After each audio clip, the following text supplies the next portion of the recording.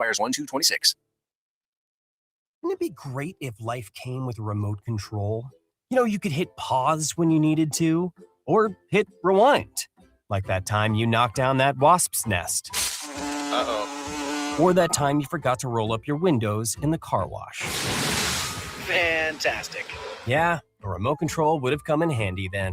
Well, life doesn't always give you time to change the outcome, but prediabetes does. With early diagnosis and a few healthy changes like managing your weight, getting active, stopping smoking, and eating healthier, you can stop prediabetes before it leads to type 2 diabetes. It's easy to learn your risk. Take the 1-minute test today at doihaveprediabetes.org. Life doesn't come with a remote control.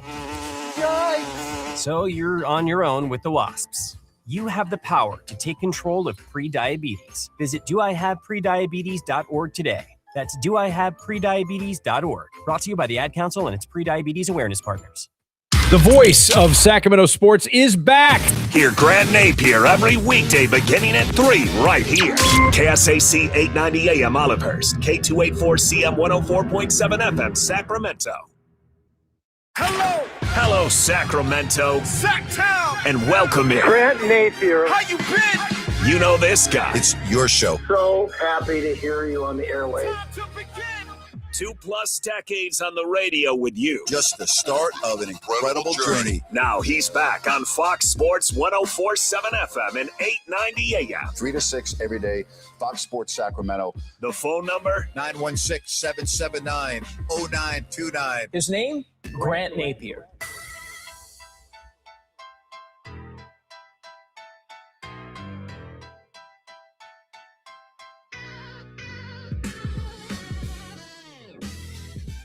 Good afternoon, everybody. Hope you had a fabulous weekend. You knew the weekend was going to be crazy in the National Football League after the Seahawks-Rams overtime game, right? You're like, oh, boy. And it was. I mean, it was. How the Packers lose to the Bears on Saturday is unbelievable. An onside kick recovered by the Bears. Craziness in that NFC North. Then the Steelers, they go into Motown and pretty much say goodbye to the Detroit Lions 29-24. And the head case, DK Metcalf, I mean, what are you thinking about? And where's the security there? Like a player on the Pittsburgh Steelers just casually walks over to a fan in the stands and there's no security anywhere on the Steelers sideline? I'm talking about the team security, team personnel. Incredible to me. And he gets suspended for 2 games. 2 games. I mean, unbelievable.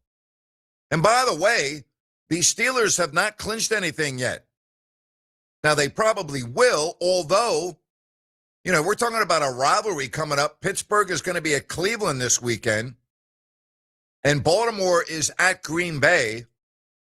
And if Pittsburgh were to lose and Baltimore were to win, they would be playing for the division with the winner going to the playoffs and the loser probably going home in all likelihood the following week.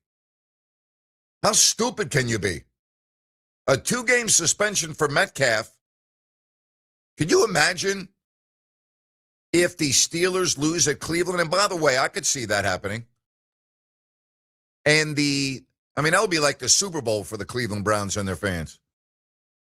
And Baltimore going up to Lambeau and winning, which I would think would be more unlikely. But, I mean, in this NFL season, how can you figure out anything?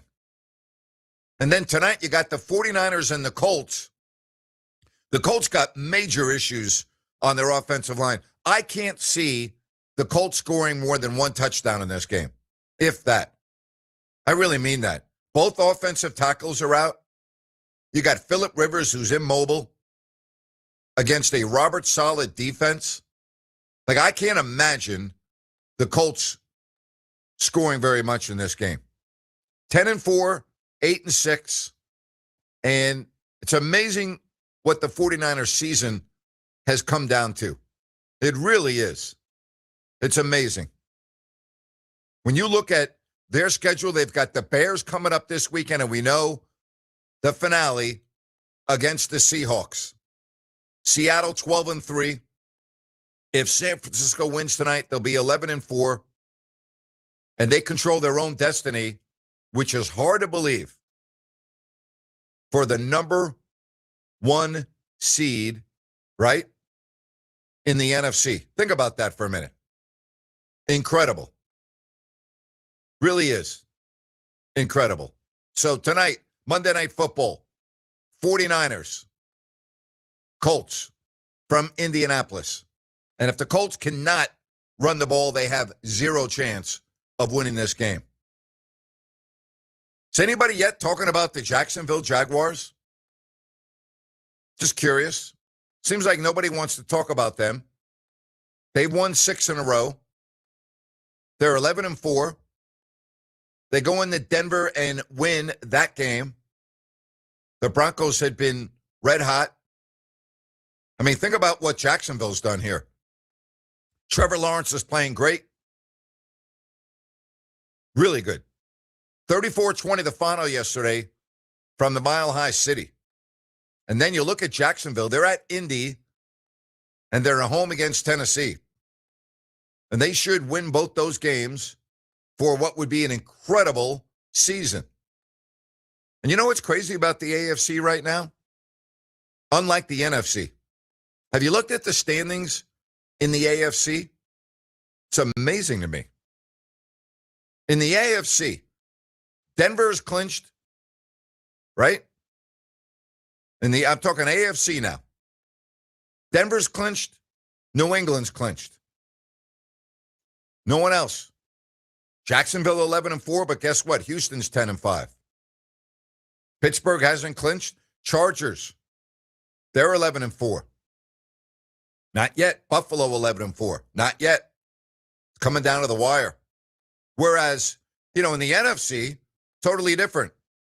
Seattle's clinched, Chicago's clinched, Philly's clinched their division, Rams have clinched, Niners clinch a playoff spot. Pretty amazing. Still alive, Carolina, Green Bay, and Detroit by a whisker. Tampa by a whisker. 7-8 after they lose to Carolina. Craziness in the National Football League coming down to the final week of the season. And when you look at the scores from this weekend, and again, on Thursday night, with the wacky finish between Seattle and the Rams, you just had to figure, okay, this weekend is going to be something. How about college football? Did you watch the college football playoffs in the first round? Chris Landry, LandryFootball.com, is coming on at 4 o'clock today. We'll break it down for you, and you look at the scores and what we have coming up in round 2 of the playoffs. I love it. Great. Alabama going into Norman, coming from way behind. 34-24. Looked like it was going to be all Sooners. And Alabama now will take on Indiana. As expected, Ole Miss rolled over Tulane. The Oregon-James Madison game was over at halftime. And how about Miami beating Texas A&M 10-3? So that sets up now round 2, and it should be a lot of fun. Should be a lot of fun. We're going to talk about all of that coming up with Chris Landry again at 4 o'clock. Can't wait. It's awesome. I hope you like the college football playoffs. I love it. I don't love Tulane in there. I don't love James Madison in there. But on the whole, I mean, it's fun, is it? Not? I don't know about you. I think it's fun. And now we get down to the bowls, which, I'm not crazy about with that. I'm not crazy about it. It is what it is. The fact that now Alabama and Indiana are going to be playing in the Rose Bowl, right? And at the Cotton Bowl, Miami and Ohio State. As we get you to New Year's Eve and New Year's Day. The Orange Bowl, Oregon and Texas Tech. I already told you about the Rose Bowl and the Sugar Bowl. Ole Miss Georgia. That should be a dandy as well. All of these games are really good matchups. So Happy New Year. You got college football coming your way before the championship game in Arizona. Or I should say the semifinals in Arizona, and then in Atlanta with the national championship game. Where else? Where else other than Hard Rock Stadium in South Florida, in Miami? Yeah, good stuff. All right, Kings. They win yesterday. They prevail in OT over the Houston Rockets.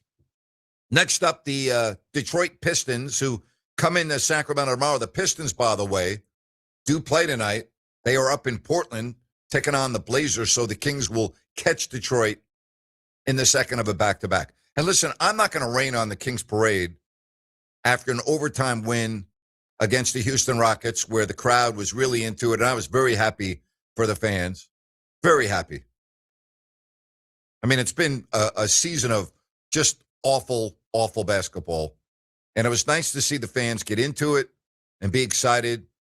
And at least for the first time this year, to me, be real genuine with their excitement. But I still did not understand a lot of things that went on in the game yesterday. I still did not understand a lot of Doug Christie's coaching decisions. I still do not have any idea how Malik Monk has gone from one of the best players on the team to not even playing. He played a handful of minutes yesterday, under 5, which to me is embarrassing. I don't understand how you can do that to Malik Monk. I really don't. So Keegan Murray gets going, and then all of a sudden he can't touch the ball.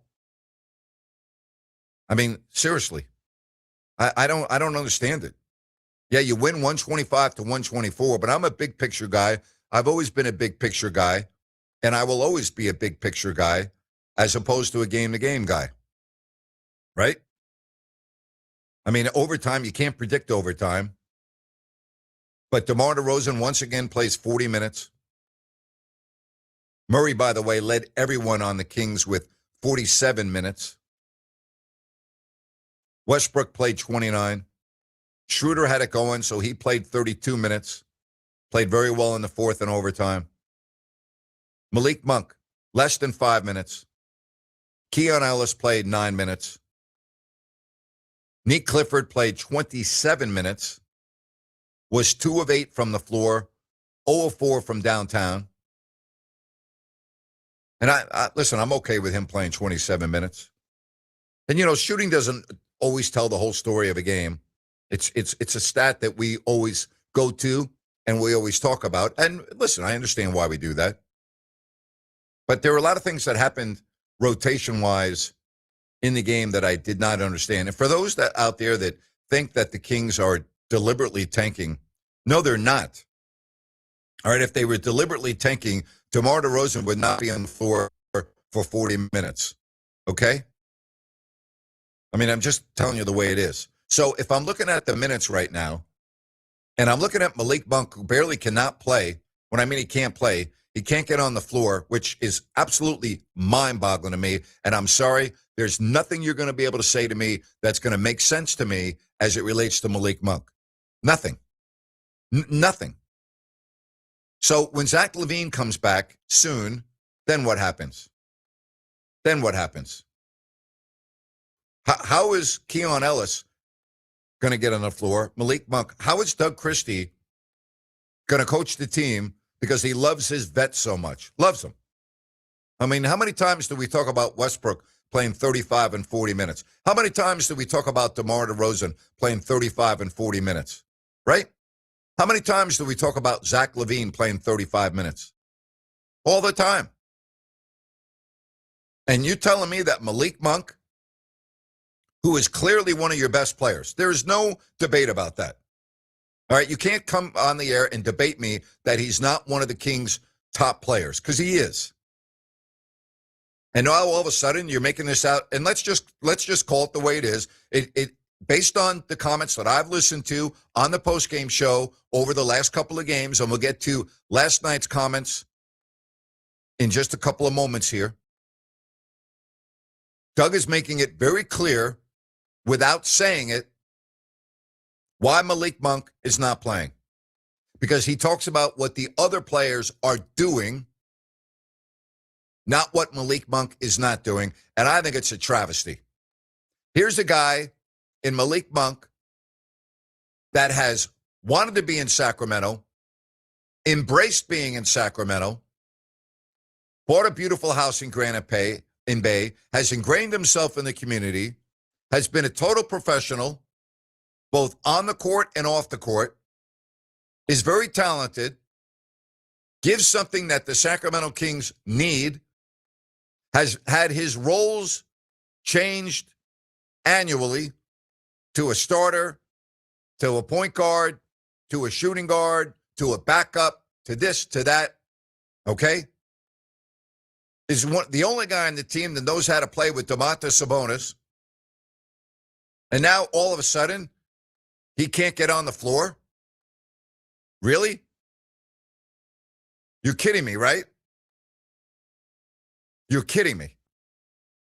125, 124, the final. We'll talk about all of these things at 916-779-0929. That's 916-779-0929. You can text the show. You can call the show. And we will get to your messages. And listen, I'm not making Malik Monk out to be Michael Jordan.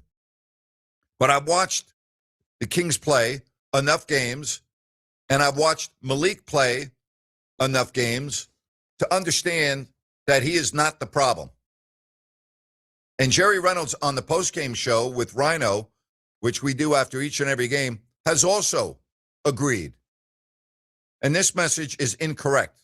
Monk's not playing because they don't want him to get hurt so they can trade him. Incorrect, 530. That's not the case. That only happens on a one-game scenario, whereas a player will not play because he's in a trade and you don't want that individual to get hurt. That doesn't happen over a span of a week.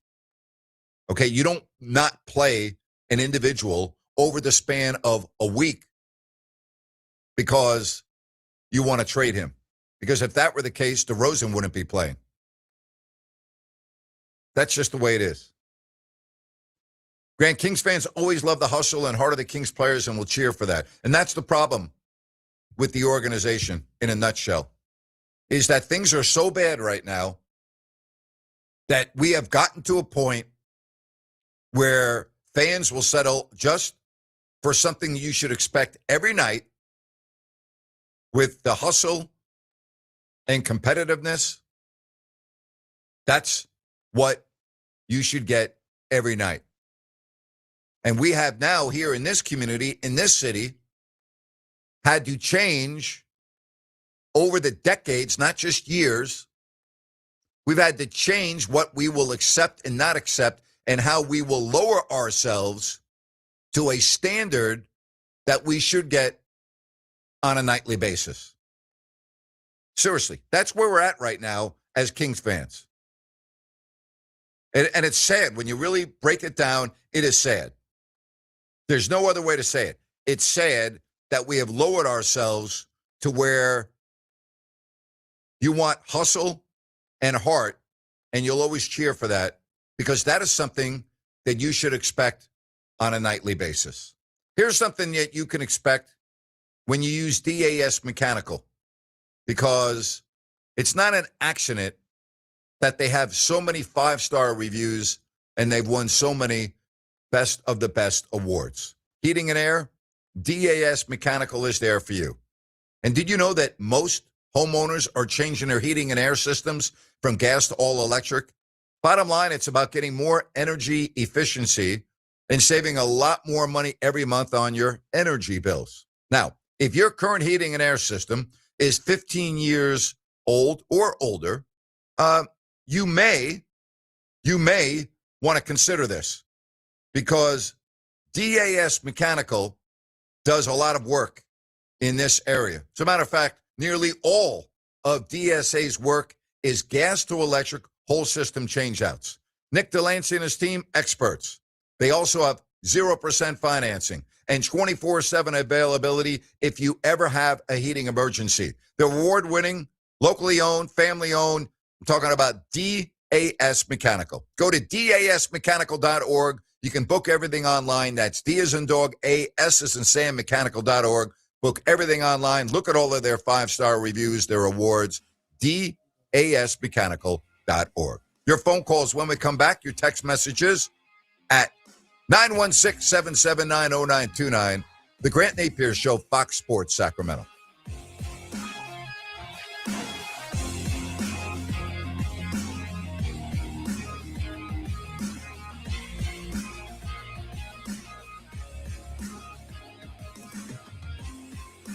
Hi, it's Margot from Bennett's Restaurants. At Bennett's, it's all about bold flavors and fresh handcrafted food served with genuine hospitality. Craving prime hand-cut steaks? We've got them. Fresh salmon, halibut, or giant Mexican prawns? We've got those too.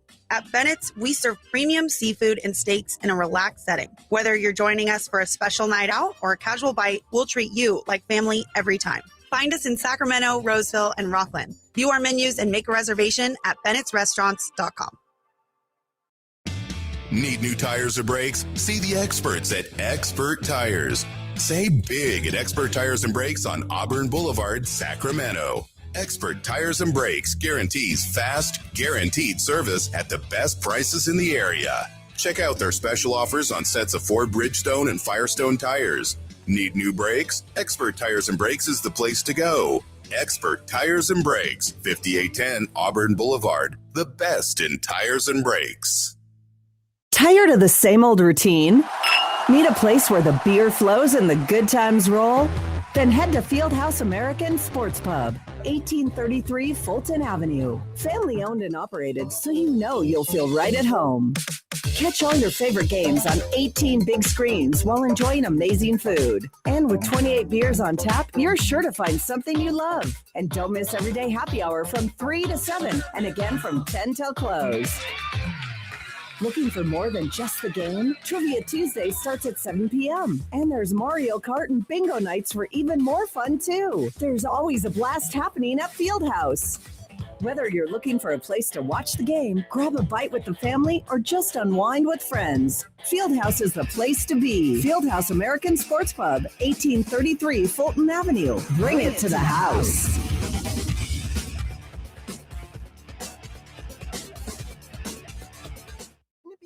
If life came with a remote control, you could hit pause when you needed to, or hit rewind, like that time you knocked down that wasp's nest.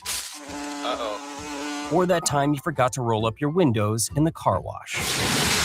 Fantastic. Yeah, a remote control would have come in handy then.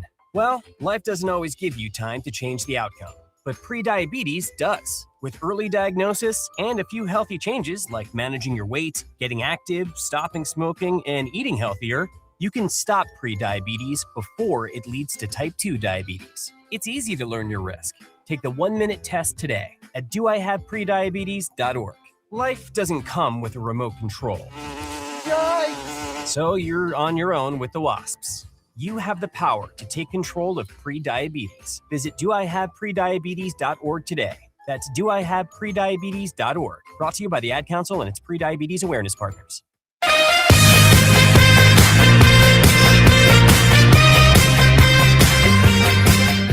From the 279, Grant, isn't it crazy that the 49ers can win out and be the number 1 seed and never leave their stadium? Because the Super Bowl's in Santa Clara this year, like the Rams when they beat the Bengals in SoFi. Flip side, they could watch the Rams or Seattle win the Super Bowl in their stadium before San Francisco wins also. Yeah, very, very true. Very good point. All right, again, 916-779-0929. Let's get to Bob in Citrus Heights. Hi, Bob. Hi, how are you? Good, Bob. Good Thank game you. last Happy holidays. night. I actually stayed awake for the whole thing. It reminded me of the old days. But I cannot believe the Kings don't have very many winnable games. And I thought Portland was going to be a couple that they might be able to pull out. I can't believe that they bench Monk for that. Yep. I mean, yep. It's unbelievable. The guy is, and I think that Monk and Ellis probably should have been the starting guards from day one this year. Well, I don't They know about starting, but to me, they both should have been in the rotation from day one for sure. Yeah.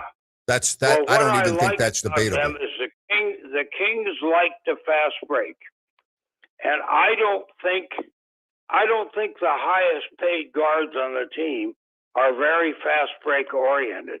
Maybe they've never really been on a team that loves to run, but I think these two guys would get the tone going with a fast break, and they'll also play a little defense. And now the explanation that Doug Christie gave for Monk not playing was it sounded like junior high school basketball. It wasn't his turn.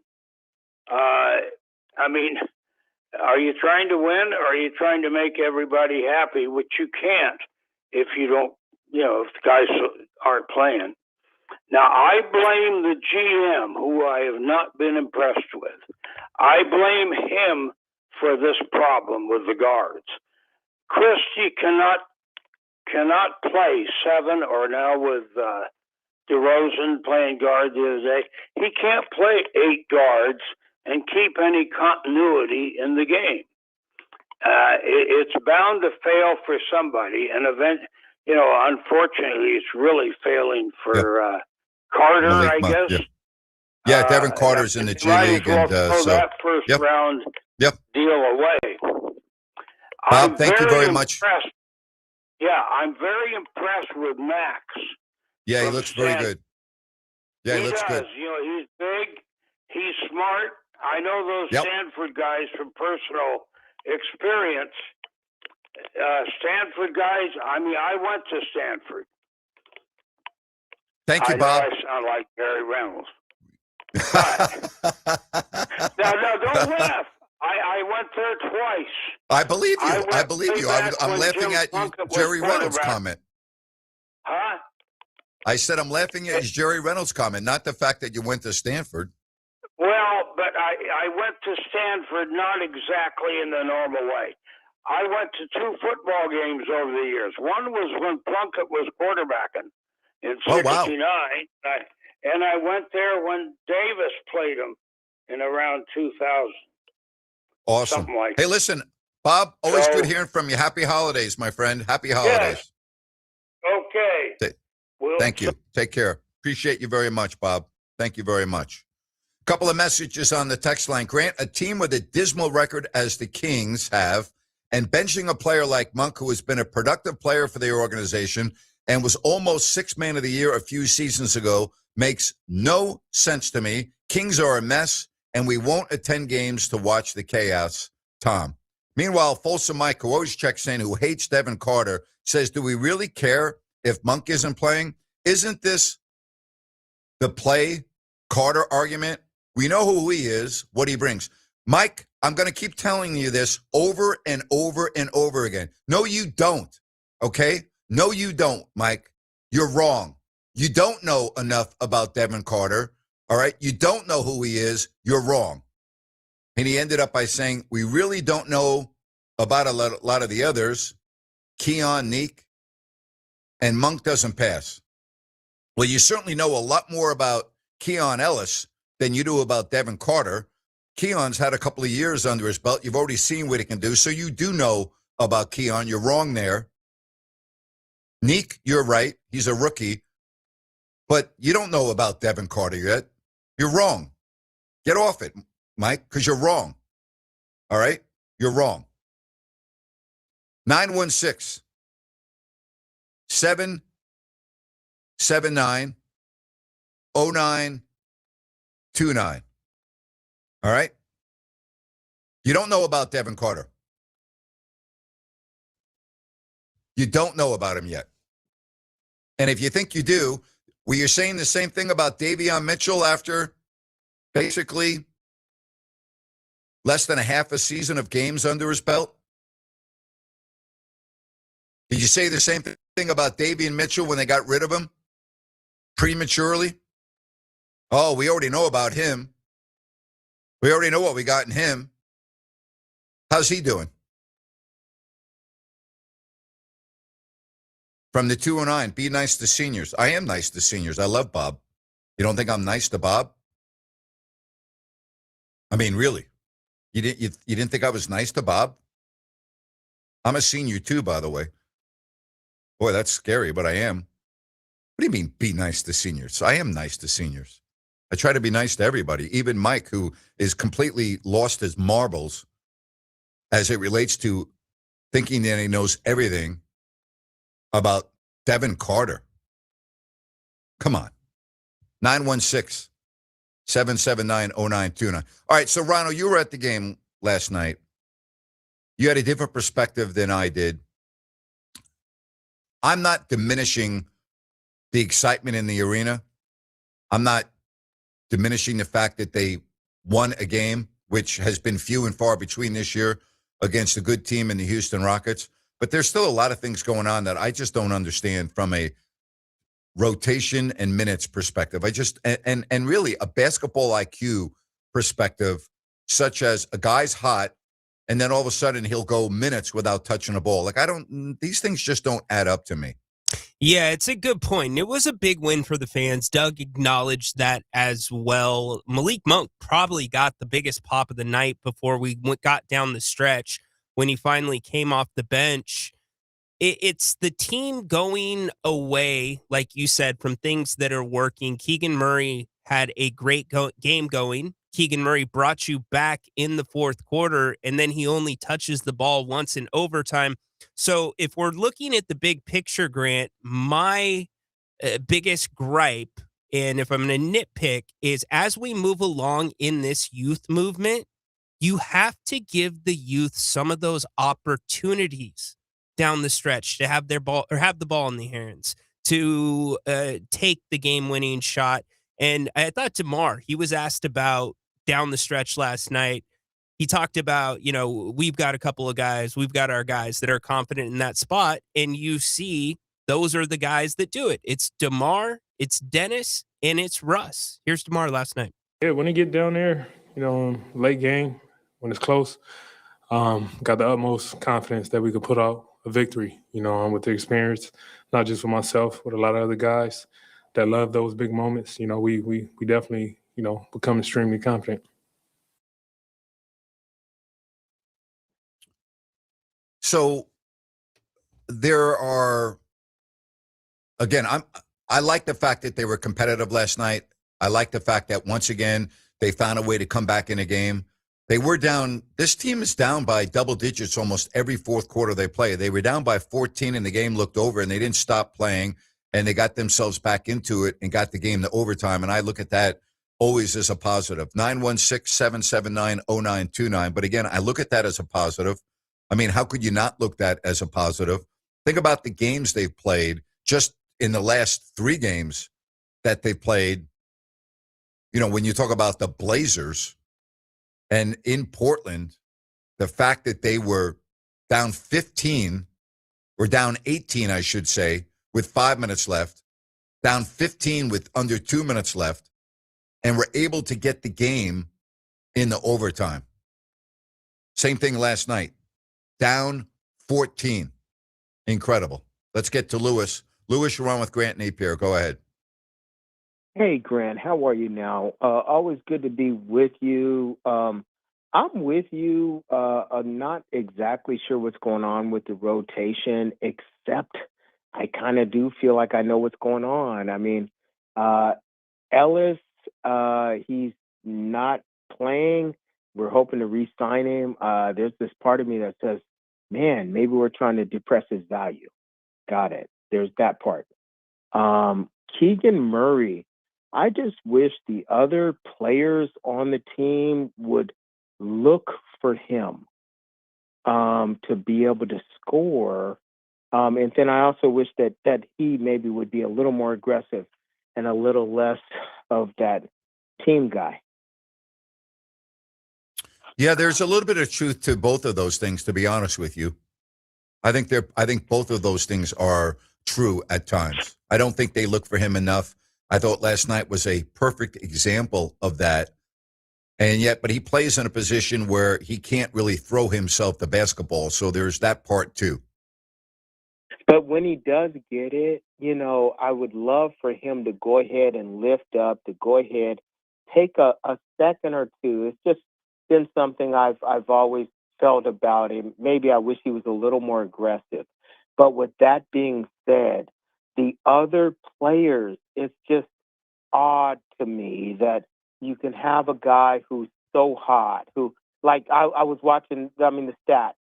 Keegan had 7 shots at, like, the end of the first quarter, and so did someone else. Keegan was 6 or 7. The other guy was 0 of 7 or something, right? Mm-hmm. And there's this part of me where that's just like, why, Russell? You want that assist? Put it in his hand. It's put it in his hand. Let him shoot it. Let him. That's where I am right now. Is just I think Keegan. The hand got hurt. He's not 100%. But I just think, man, let him shoot it. If somebody's shooting it, let it be him. But then also, I think, obviously, I think we're we could do more with Ellis. Okay. Fair enough. Yes, sir. Anything else? Nah. Oh, yes. If I could. Oh my gosh, have you ever seen such phenomenal quarterbacking in the NFL? What I mean by that is this. My goodness, there's 30 teams, right? Or maybe there's 32. I'm sorry. Got it. Oh, my goodness. Shedeur Sanders might be the worst starting quarterback in the league. And he's pretty damn good. My goodness. When you look at Jackson Dart and goodness, the young quarterbacks, and then you've got the established group, then you got the middle group, like when I say the middle group, I'm talking about the Dak Prescott. That's my middle group-ish, right? Oh my God. Well, the rules are there to promote passing, the illegal contact, the hitting on the quarterback, things of that nature have made the quarterback position become, for lack of a better term, easier than it used to be. Oh my goodness, Aaron Rodgers, look at him. He might just get him a chip. Are you serious? Quarterbacks playing to this age and this, that, obviously. Yep. But Aaron, I've just never seen quarterback play like that in the NFL. This is the best I've ever seen it. Like I say, the worst quarterback in the league, by goodness, sign him up. I'll take him. It's just amazing. I've just been excited. And then when it comes to the Kings now, by goodness now, I do feel a little something. I do feel a little something coming. I do like what's happening with some of the younger players. No Zach LaVine, right? Oh, we didn't even miss him. I hate to say that. The dude's making $50 million a year. No Sabonis. We didn't even miss him. Well, I don't know about that. $50 million a year. Oh, gosh, I went too far. My bad. You see what I'm saying? My bad. Right? Okay. Lewis, thank you for the call, buddy. Happy holidays. Yes, sir. Yes, sir. Happy holidays. Merry Christmas. Merry Christmas to you, too. Rhino, what do you think about his comments as it relates to Keegan Murray? I think it's very accurate, and I think the point that you brought up that he can't pass himself the ball is another great observation. I think teams, and the reason the Kings got out to a good start last night was because Russell Westbrook was making his shots. Keegan was perfect through the first quarter, and he had gotten to the free throw line 5 times. What I'm seeing from my spot going to these games is teams are allowing, they want Russell Westbrook to shoot the ball. That's why he's getting those shots. They want Dennis Schroeder to shoot the ball, and he's getting as many opportunities. And where the opportunities are coming for the other guys is when the ISO breaks down, when they can't get to the paint, and sometimes it's late in the shot clock. So I think one of the things we need to acknowledge is our point guards are not hunting assists, they're hunting shots. And then the assists come if guys make shots. Let's get to KD before we get to the break. KD, go ahead. You're on with Grant Napear. Grant, it's been a long time. I was a long-time fan of yours. I don't know if you remember me. Thank you, KD. I first want to start off. How's it going, man? Hey, good. I want to start off. Has Stanley called you? No. What's the guy from Yeah, I'm sure he hasn't. The Cowboy fan. That was his name, right? Stanley? Correct. They still haven't won anything since he used to call me, but go ahead. On the Kings, I know what I think is going on is they're trying to transition. You know, you see Malik right now, kind of riding the bench a little bit. And I think it's got to be kind of a give or take. So, letting a young person kind of thrive, pulling back on maybe one of the veterans, because they've just got a hot mess over there and they got to figure that out. But Keegan, to your guys' point, I do agree that he should have the ball more, but Keegan wasn't shooting well. His past couple of games, he's done well. But prior to that, he wasn't doing too well. He's probably averaging around 15, 14 points. I'm not sure last time I looked. Well, he wasn't shooting the 6 three well. rebounds. He was doing a lot of other things well. His 3-point shot was not very, very good. Last night, it looked much better. And Ryan had made the point to me during the game that he thought the arc on his shot looked a lot better. But one game doesn't do anything. It's about consistency, and it's about night in, night out. So let's see if that continues tomorrow against Detroit. Agree. And to Max, moving on to Max, I mean, I'm looking at his numbers. Pretty impressive. I know a lot of times you hear on the broadcast last year, Sabonis has got this amount of many double-doubles. But when you're playing that 5 position, come on, 10 points, 10 rebounds. To Jerry Reynolds' point, it's not that hard to get 10 rebounds when you're playing that many minutes. So I like what I'm seeing on a Max. I'm not saying Sabonis isn't a good piece, but both Levine and Sabonis, for the amount of money that they're being paid, I really hope this organization can move them out and, bring in some youngsters like they did with the Thunder. But see, I disagree. Anyway, I disagree. I think Sabonis and Reynaud next to each other could be really fun and could be a very free-flowing passing offense. I think it could be a very, very effective offense. I'd like to see those two play together for a while. I'm not down on Sabonis. At the 4? Yep. Is that what you're saying? Yep, Okay. and Keegan at the 3. Yeah, I like think to that could be definitely a very take a look fun at line. that. Yep. You think KD, happy Sabonis is holidays, Merry good? Christmas, buddy. Thank Okay. you. All right, we'll come right back. More to come. Don't forget Chris Landry at 4 o'clock right here on Fox Sports Sacramento. Listen up, guys. Are you experiencing any of the following? Fatigue, less drive, poor performance? If so, you may be one of the nearly 30 million men in the U.S. today dealing with ED. But did you know you don't have to pay hundreds for a prescription anymore? And you don't have to deal with the hassle of seeing the doctor or the embarrassment of going to the pharmacy for a certain pill. Now, with one free call, you can find out how Herbal Virility Max can help you feel like a man again. For over a decade, Herbal Virility Max has helped guys just like you put a smile back on their face with improved performance and drive. Call today and ask about our buy one, get one free offer. 800-690-8445. 800-690-8445. 800-690-8445. That's 800-690-8445. Are your lights flickering more than a disco ball? Tired of your office coffee maker and server room fighting over that one working outlet? Call the pros who keep the juice flowing. Elite Power Inc. Elite Power Inc. is the commercial and industrial electrical contractor who takes your power and lighting seriously so you don't have to. Elite Power Inc. handles everything from rewiring ancient office buildings to installing cutting-edge control panels in factories. Their IBEW 340 electricians have more certifications than your printer has error messages. And they promise not to judge your breaker panel's creative labeling. Get plugged in with Elite Power Inc., where sparks fly, but only in a good way. Professionally trained technicians, 24-hour electrical service, maintenance, and repair. Project estimating, the knowledge and skill for any commercial or industrial need. Call 916-739-1580. That's 916-739-1580, or go to elitepower.com. Life is best enjoyed when you feel most energetic. Of course, as we get older, the energy part gets a little more complex, and then weird stuff can start to occur, like brain fog, low energy, not feeling motivated to do things, a loss of your libido, or ED.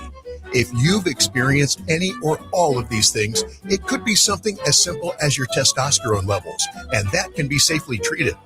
Sacramento Naturopathic Medical Center is offering a free healthy aging consultation with Dr. Dennis Godby. Dr. Godby specializes in healthy aging and is an accomplished author. And this vibrant and energetic doctor, at nearly 70 years young, has literally walked across the United States on foot to promote quality health care. So when it comes to feeling younger, it could be said that this doctor literally walks the talk. Schedule your free healthy aging consultation with Dr. Godby now at gettingbetternow.com. Gettingbetternow.com. Call the good dudes at Gebruds, G-U-B-R-U-D-S. Homeowners, if you have an electrical project you need done, then you need the good dudes at Gebruds. Family owned and operated for 30 years, Jay Gebrud and his team are the area's recognized experts for everything electrical, from the very basic like repairs, lighting upgrades, and whole house fans, to the biggies, panel replacements, EV stations, and backup generators. Gebruds does it all and does it right the first time. They're actually the guys their competition recommends. Gebruds, expert 5-star service and always transparent, honest prices and solutions. Say goodbye to your electrical issues. Visit Gebruds.com or call 24/7 and speak with a real live person. Gebruds, G-U-B-R-U-D-S. Call the good dudes at Gebruds, G-U-B-R-U-D-S. Gebruds.com.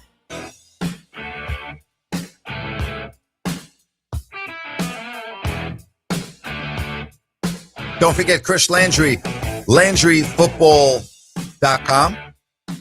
Coming up in just a little bit right here on Fox Sports Sacramento. So Malik Monk, what's going on there? He did an interview with the Sacramento Bee, and he said, quote, in relation to Doug, he's just told me he's trying something new. That's basically it. And I said, yeah, okay. I'll be ready whenever my name is called. He was talking about his job and everything about it. He goes, it's not my job to try to figure out why I'm not playing because I deem myself more than the whole. So I'll just be ready when my name is called. He tried to sound unbothered, as Jason Anderson wrote, saying, quote, I've been in the league long enough where I don't let this stuff get to me. But he did say, everybody knows I want to be out there, especially playing in front of this crowd in SAC, but there ain't S I can do about it. Well, I think it is bothering him. I think he's being a total pro about it, but it is completely bothering him. That I can pretty much guarantee you. Mac, we'll get to you next right here on Fox Sports Sacramento. Go ahead, Mac. Hey, Grant, how are you? How are you? I'm doing well. As you know, I love college football, big Notre Dame fan. I've called you many times to talk about Notre Dame. Yep. I just want to say what a horrible, sad day it is to see USC come out with a quote and say, we can't play Notre Dame anymore because, well, we have to play them in September, and Notre Dame has all their schedule booked till 2030 in September, but they won't because a loss late in the season means too much. And so, therefore, hundreds of years of college football tradition goes away. I just want to say, ever since Lincoln Riley and this administration from USC has come, they've really looked like cowards. You've left the Pac-12 and to go to the Big Ten, okay, and now you won't play. Probably, in my opinion, now I'm biased because I'm a Notre Dame fan, but other than Army Navy, this is one of the top, got to be a top 5 rivalry. And you look like cowards. And that's but in all fairness, fairness, the Notre Dame-Michigan rivalry was one of the top 5 rivalries in all of college football, and that ended a couple of years ago. So, it works both ways here, Max. Or Mac. Yeah, I agree. I'd love Michigan to be back on Notre Dame's schedule. Love it. Because that was a fun game, too. But I'm just terribly disappointed. I do think that this hurts Notre Dame more than at USC because it gives you a gate to bring recruits from California. But just in the sake of loving college football, I think it's a sad day. And anyway, have a great day. Totally agree. Totally agree. You're 100% and- correct. It's a bad day for college football. You're 100% correct. And one last thing about Lincoln Riley, I feel like that this administration, of course, is trying to protect, give him everything so it almost comes across as if they're protecting him. I don't think he's that great of a coach, because great coaches bring good coaches. And when have he ever brought a good defensive coach? That's my point. Have a great afternoon and happy holidays to you. Thank you. Now, in all fairness, Bye-bye. okay, thank you very much, Mac. It said that USC and Notre Dame, this is according to a joint statement, USC and Notre Dame recognize how special our rivalry is to our fans, our teams in college football, and our institutions will continue working towards bringing back the Notre Dame-USC rivalry. Again, a joint statement. The rivalry between our two schools is one of the best in all of sport, and we look forward to meeting again in the future. So Notre Dame and BYU, all right, they're the two that have agreed to a home-and-home series beginning next season. So that ends the Notre Dame-USC rivalry for now. It's a shame. But if you think about it, the day after Thanksgiving every year, all I remember is getting up to watch Oklahoma and Nebraska with Bud Wilkinson and Tom Osborne. Great rivalry. Always a game that you would not miss. And there were other tremendous games on Thanksgiving weekend, but I always remember Oklahoma and Nebraska. Then that ended. We talk about Notre Dame, Michigan, great rivalry, ended. And many others, and that's what's happened now with what's going on with college football. But no more Notre Dame, USC. It's a shame. I'll talk with Sean Salisbury about this tomorrow, who played in that rivalry as quarterback at USC. He'll know a lot better than me. And I've talked to him very often about that rivalry and what it was like being in South Bend and what it was like walking out of that tunnel as a visiting player in USC Notre Dame in that great matchup. I've talked with other members. I talked to Tim Brown about this just a couple of weeks ago. The Heisman Trophy winner out of Notre Dame. Great career at the Raiders. I talked to Tim about that right here on this radio show a couple of weeks ago. I'd asked players from both sides about how special that rivalry is and was. And to think that it's not going to be happening, at least for the foreseeable future, is really, really unfortunate. 916-779-0929. 916-779-0929. The schedule ahead, we are going to be doing a show on Christmas Eve. We obviously will not be working on Christmas Day. And then we'll be back to wrap up the week on Friday. Next week, no show New Year's Eve, no show New Year's Day. All right? College football playoffs are going on and everything else. And so no show New Year's Eve next Wednesday, no show New Year's Day on Thursday. So just keep that in mind, and then we'll get you flying into 2026. Niners tonight, Colts. Niners, hard to believe that they control their own destiny, and they play a game tonight which I cannot see them losing. I think they will beat up the Colts. I think when you have Phillip Rivers without both starting offensive tackles and a variety of other issues on the offense, I don't see how the Colts can win this game. I really mean that. The Niners are going to do everything that they can to stop Taylor. They're going to do everything to focus in on the running game. And I would be very surprised. I guess I wouldn't be shocked. Nothing shocks me anymore when it comes to the National Football League. So I can't say I'd be shocked. But I will be very surprised if the 49ers do not win this game and win this game comfortably. That would really surprise me. Again, an immobile quarterback, a Robert Saleh defense, no offensive tackles. going to be difficult. When I mean no, I'm talking about the starters. Going to be very difficult. And then the game coming up next week at home against the Bears on a short week. How the Bears won that game on Saturday is beyond me. I watched that whole game.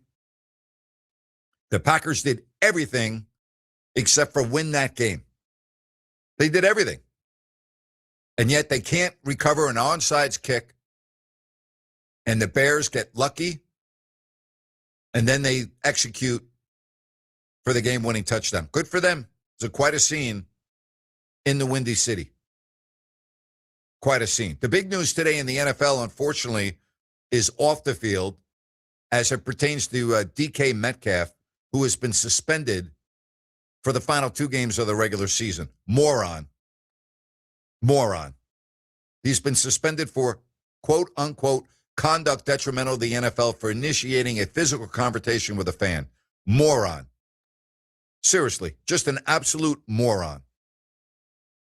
And can you imagine if the Steelers lose at Cleveland, which I could see happening? I could see that. They almost beat Buffalo. That's going to be like the Super Bowl for the Browns fans. That place is, the dog pound is going to be nuts. I can see it. Now, I have a little bit more of a difficult time seeing Baltimore go up and beat Green Bay, but hey, it's the NFL, right? And then you get Baltimore and Pittsburgh playing for the division title the following week without Metcalf. Stupidity. Chris Landry, LandryFootball.com, college football playoffs talk. Next, right here on Fox Sports Sacramento.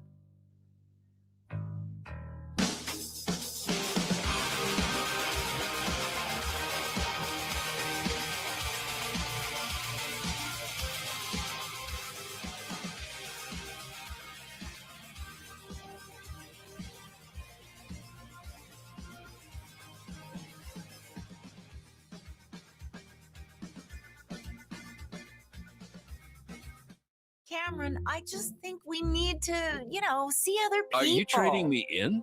No. A trade-in is what I'm getting from Kitchen Mart. A trade-in. Right now, Kitchen Mart's offering a $750 credit when you trade in your old kitchen countertops for something worth showing off, like granite, marble, or solid surface. I'm not worth showing off? Not like the stunning new quartz countertops Kitchen Mart just installed for Karen and Tom. Huh. Durable, easy cleanup, made their kitchen look brand new. And Kitchen Mart gave them a $750 trade-in credit to haul off their ugly old tile and grout countertop. You're dumping me. That's harsh. You want me to wait till I get the new countertops from Kitchen Mart? At least hold off till Wednesday. I'm seeing Susan. Susan! Now's the perfect time to trade up to beautiful new quartz, granite, marble, or solid surface countertops. Because for a limited time, Kitchen Mart's offering a $750 trade-in credit for your old countertops. Go to kitchenmart.com today and schedule a free in-home consultation and save $750 off new countertops. No one does it better than KitchenMart.com. I'm with Vince Bloom, the big deal guy at Folsom Lake Dodge. Vince! Actually, this time of year, you can call me the Holiday Big Deal Guy. The Holiday Big Deal Guy! Because during the Wrap Up the Year sales event at Folsom Lake Dodge, you can save over $18,000 net savings off MSRP on a new 2025 Ram 1500 Bighorn Crew Cab 4x4. I'll take it. And for a stocking stuffer, keys to a Jeep, a new 2025 Jeep Wrangler 4-door Sport S. Right now, I've got one for only $36,995. That's why they call you the Big Deal Guy. So over $18,000 off a Ram 1500 Bighorn Crew Cab and a Jeep Wrangler Sport for only $36,995. But you'll only find these big holiday deals at one place. That's right, only one place. At Folsom Lake Dodge. In the Folsom Auto Mall. And online at FolsomLakeDodge.com. Ram includes 9873 dealer discount plus 8207 in national stackable and holiday bonus cash. Then SN 6267196. Cheap includes 4250 dealer discount plus 12750 in bonus national retail loyalty and holiday cash. Must be current owner of SCA vehicle to qualify for loyalty bonus cash. Then SW 543907. See dealer details, expires 1/2/26. Looking for the perfect spot to watch the game and enjoy amazing food and drinks? Look no further than Fieldhouse American Sports Pub. Family owned and operated, Fieldhouse is passionate about creating a fun, welcoming atmosphere for everyone. Spice things up on Tuesdays with Taco Tuesday. Buy any order of our delicious tacos and get a refreshing margarita for just $6. On Wednesday, Fieldhouse features incredible drink specials. Enjoy $5 well drinks and ice cold pints all day long. Fieldhouse was voted voted the #1 sports bar in Sacramento. Tons of TVs, a mouth-watering menu, and daily specials. It's the perfect sports bar to catch all the action. Visit us today at 1833 Fulton Avenue. Fieldhouse American Sports Pub, where the food is fantastic, the drinks are flowing, and the good times never stop. Fieldhouse, bring it to the house.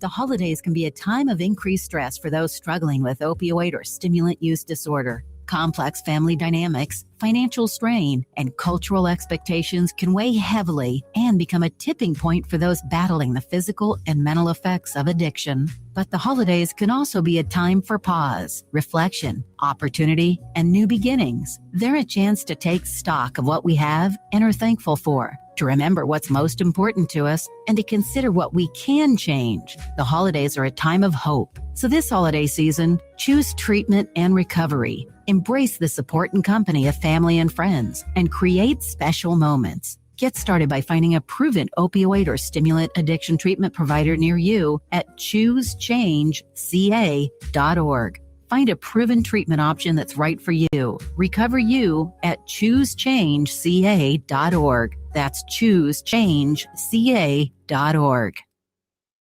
Tell your friends. Grant's back. Grant Napear is back on the Sacramento airwaves right here. KSAC 890 AM Olivehurst. K284CM 104.7 FM Sacramento.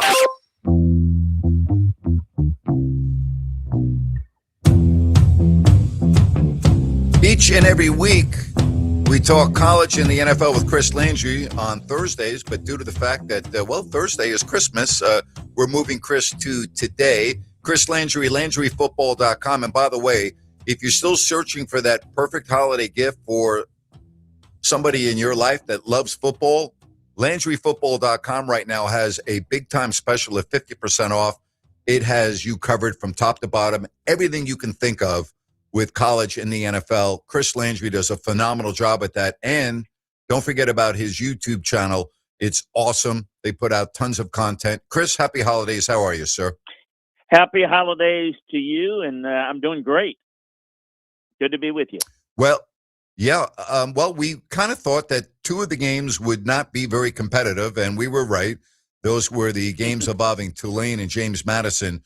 But when you look at the 4 games in total, which one of those surprised you the most or really grabbed your attention the most? Honestly, I thought Alabama and Oklahoma would be close. I was intrigued, maybe not surprised, because you never know but maybe a little bit surprised on how the game went.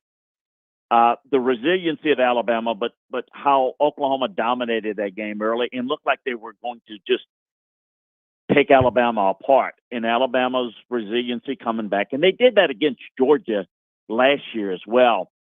That was a little surprising how the game played out, but I thought it would be close and, just flip a coin who's going to win it. That was the case.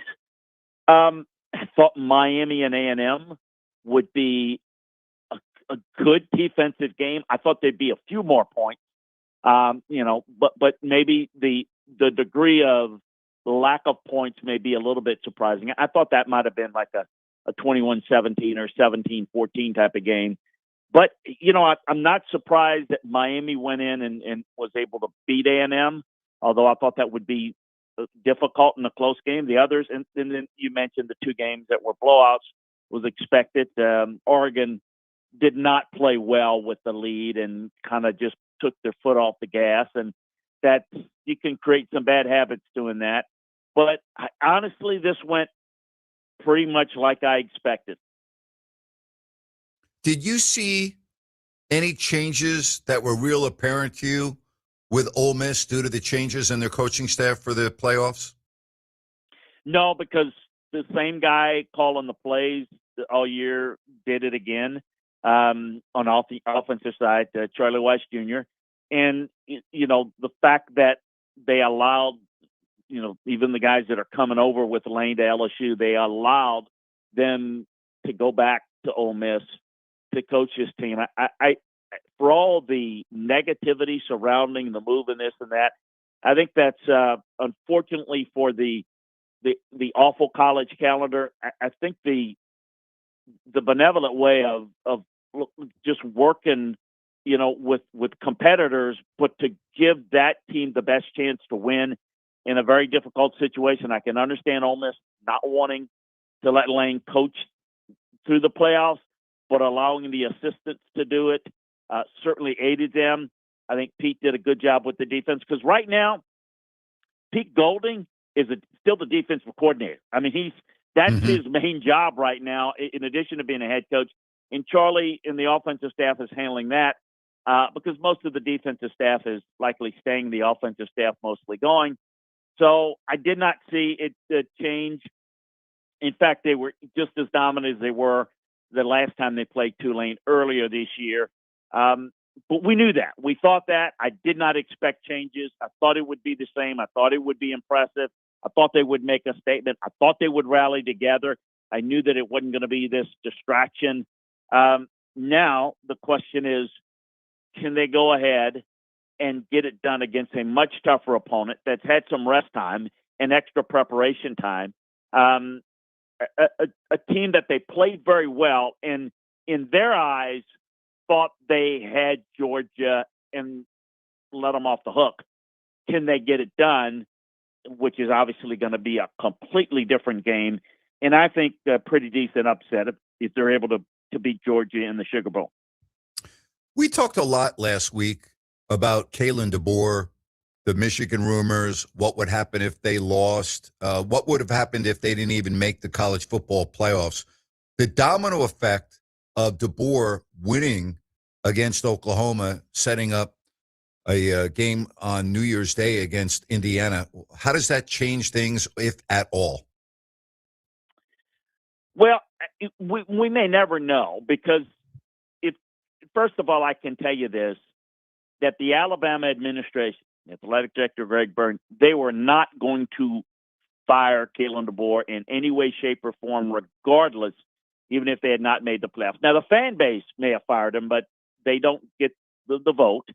But I do think that we would have had a situation had he lost this game where he might have looked seriously at, is this the long range place for me? Because that would have just rained down on him in a negative way, losing that game, because it would be 4 games lost in his first 2 years.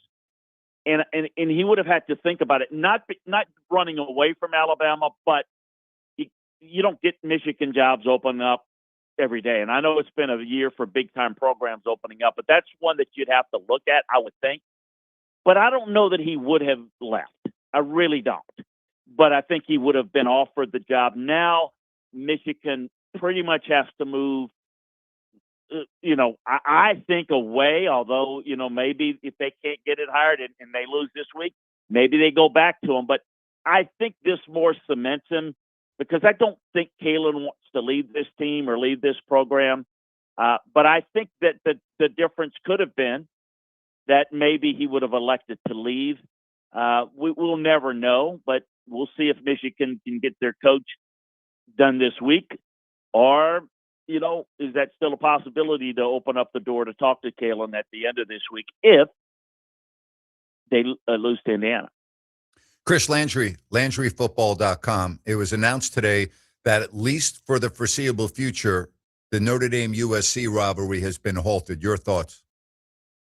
Well, it's very unfortunate. It was one of the great rivalries in college football history. When Notre Dame became a national power and a national school, it was largely because they took a train and went out west and play USC.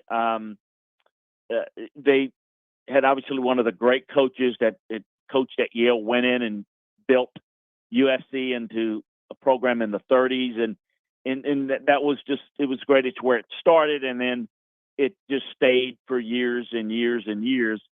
It's a byproduct of today's game. It's unfortunate to drop them to play with BYU. I'm not sure that I understand that, but I also understand that we got different dynamics. You've got USC playing in a bigger conference now.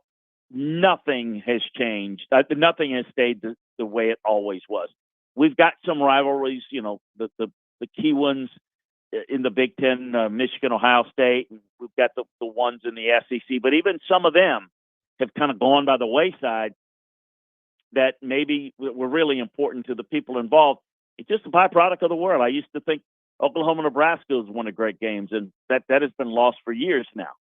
So I think it's just unfortunate, and I think we may see more of that. But it's very heart-wrenching because I think of all the great games that were played between those two schools and all the great players and Heisman Trophy winners and national championship. All the things that came out of that game for years and years was just incredible.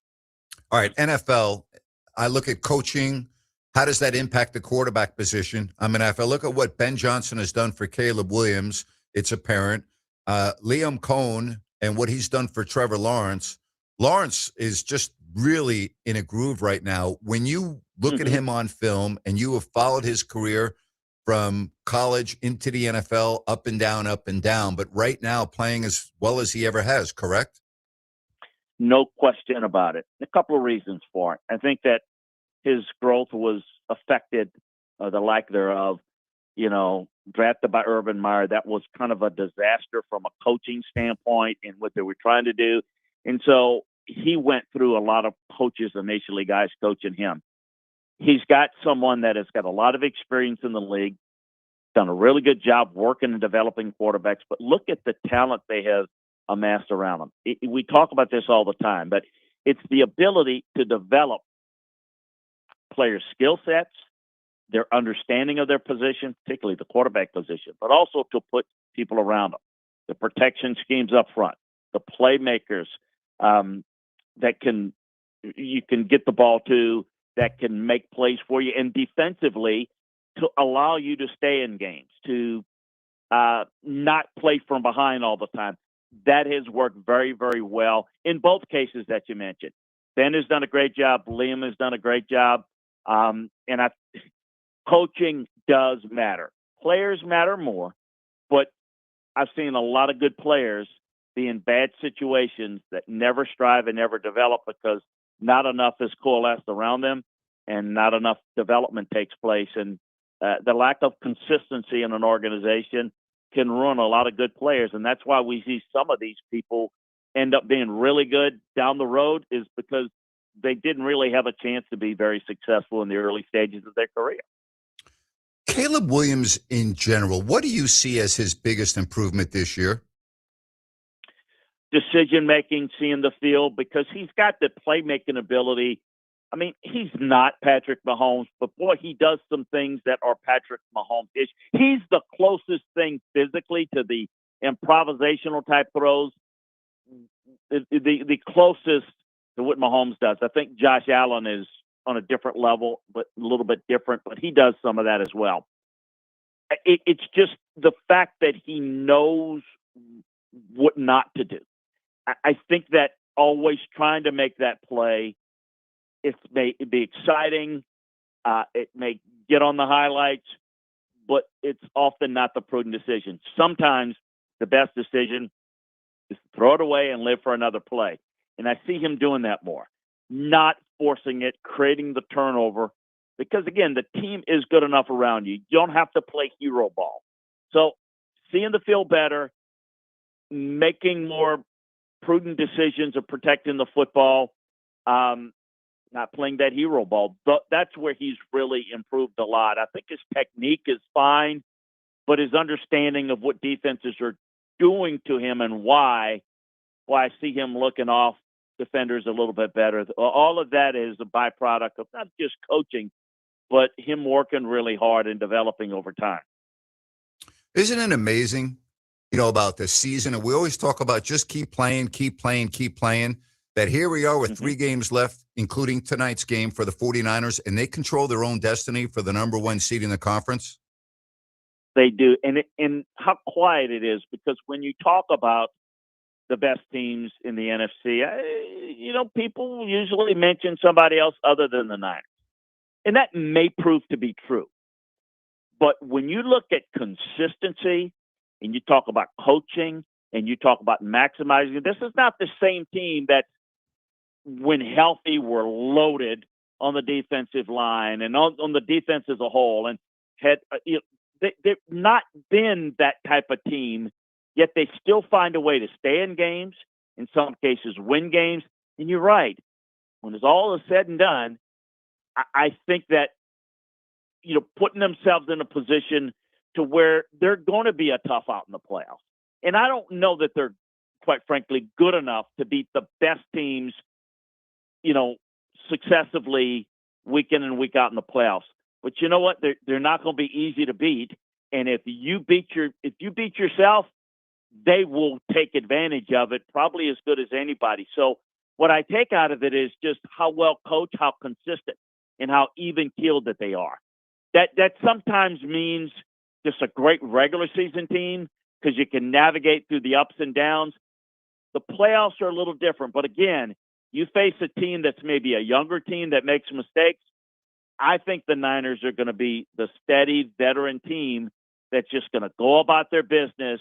And if you don't play smart football against them, they'll jump up and get you. Boy, isn't that the truth? Chris Landry, LandryFootball.com. We love talking both college and the NFL right here. When you think about this season and think about what a difference 1 year makes. If you look at the Lions, last year, the number one seed, they get a bye. They play Washington. They were really decimated with injuries on defense leading up to that game. And they had such high hopes, and here they are, and they look like they're not even going to be in the playoffs. And it's not like they've had major injuries. I mean, relatively speaking, I'm talking about to the skilled people. I guess that's life in today's NFL, isn't it? It is.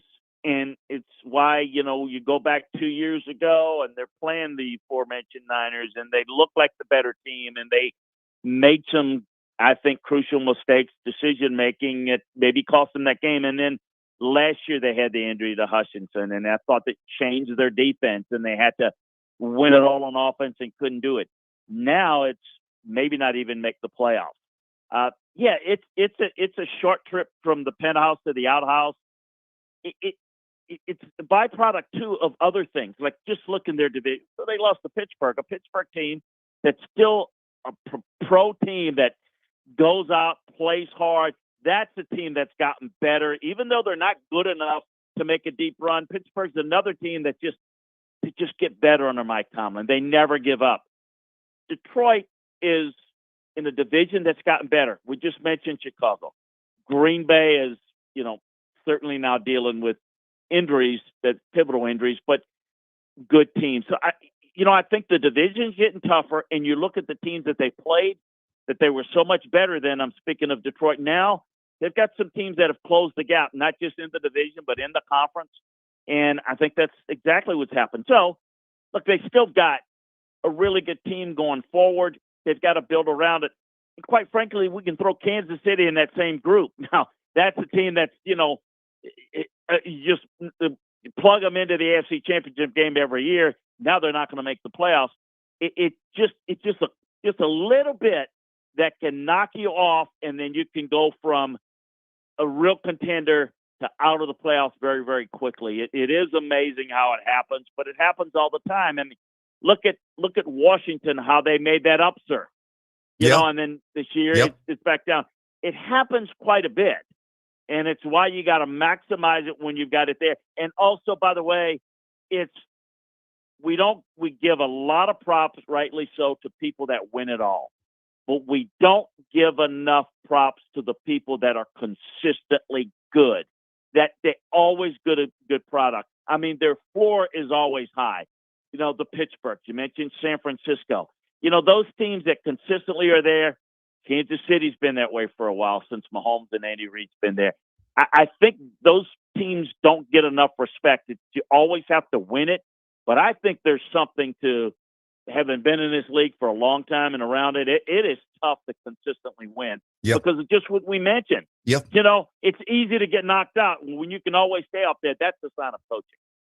And you know what else is difficult? And you know this because you've been in front offices. You can coach and you can try to assemble all the talent you want, but you can't control stupidity. You can't control acts that leave you bewildered. And I'm talking about DK Metcalf, who has now been suspended for 2 games. Mm-hmm. And again, I've said this, if Pittsburgh were to go into Cleveland and lose, and I could see that, you have Baltimore playing at Green Bay, which I think is less likely. But if Baltimore were to win this week and Pittsburgh were to lose, that sets up the winner-take-all for that division the following week without a player like Metcalf on the field. It's just mind-boggling to me, the stupidity that we see in some of these players. Yeah, the selfishness, and that's the sign that, to me, the first thing I thought of is, well, they kind of branched out a little bit and signed a guy that was not a typical Pittsburgh Steeler type of guy. And you remember when Antonio Brown, his whole spiral started in Pittsburgh, and they said enough. And then, of course, it took other teams a while to figure that out. But, yeah, no, it's what was it? The saying, I can't remember who said it. It's stupid. It loses more than smart wins. You can prevent yourself from winning very easily by doing dumb things in a game too, that just cost you in a big way, keeps a drive alive, give you a chance at another play down the stretch.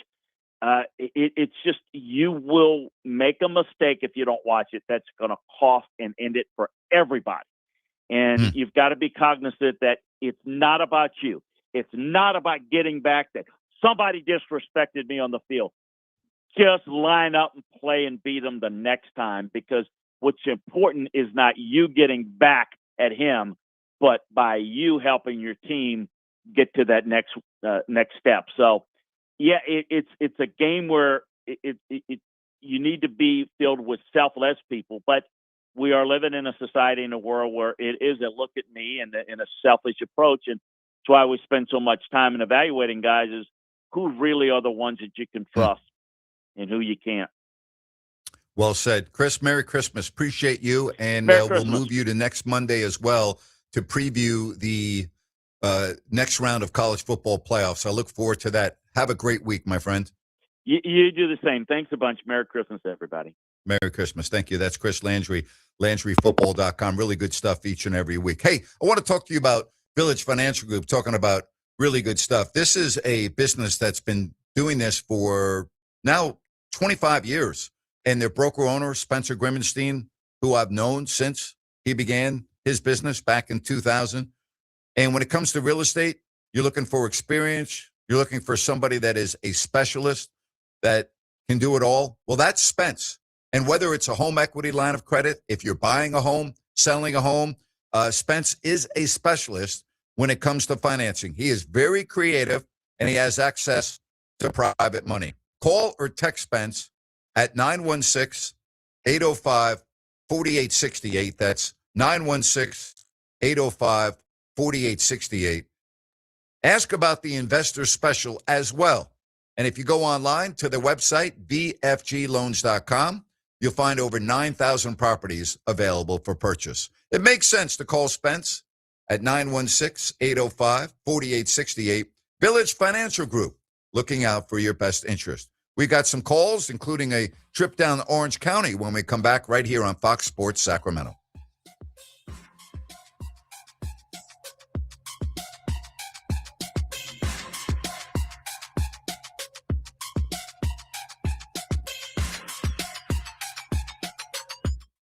Listen up, guys. Are you experiencing any of the following?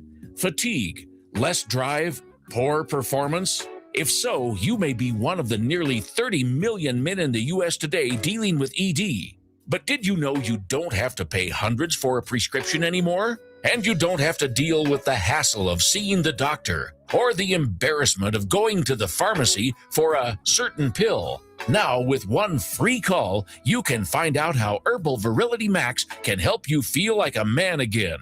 For over a decade, Herbal Virility Max has helped guys just like you put a smile back on their face with improved performance and drive. Call today and ask about our buy one, get one free offer. 800-690-8445.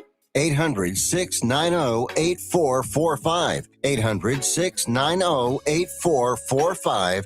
That's 800-690-8445. If you can't remember the last time you had your home heating system inspected, it's probably time. Right now, Sierra Pacific Home and Comfort is offering a $79 complete heating and air system inspection.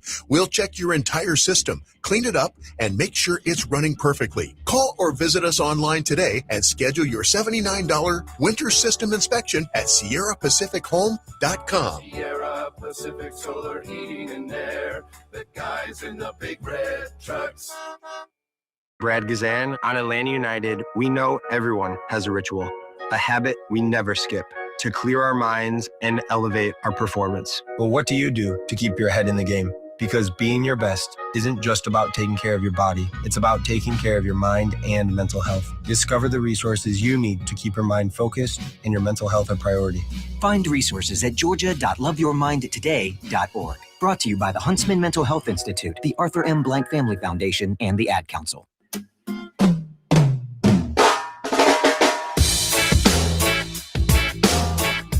My thanks to Chris Landry, LandryFootball.com.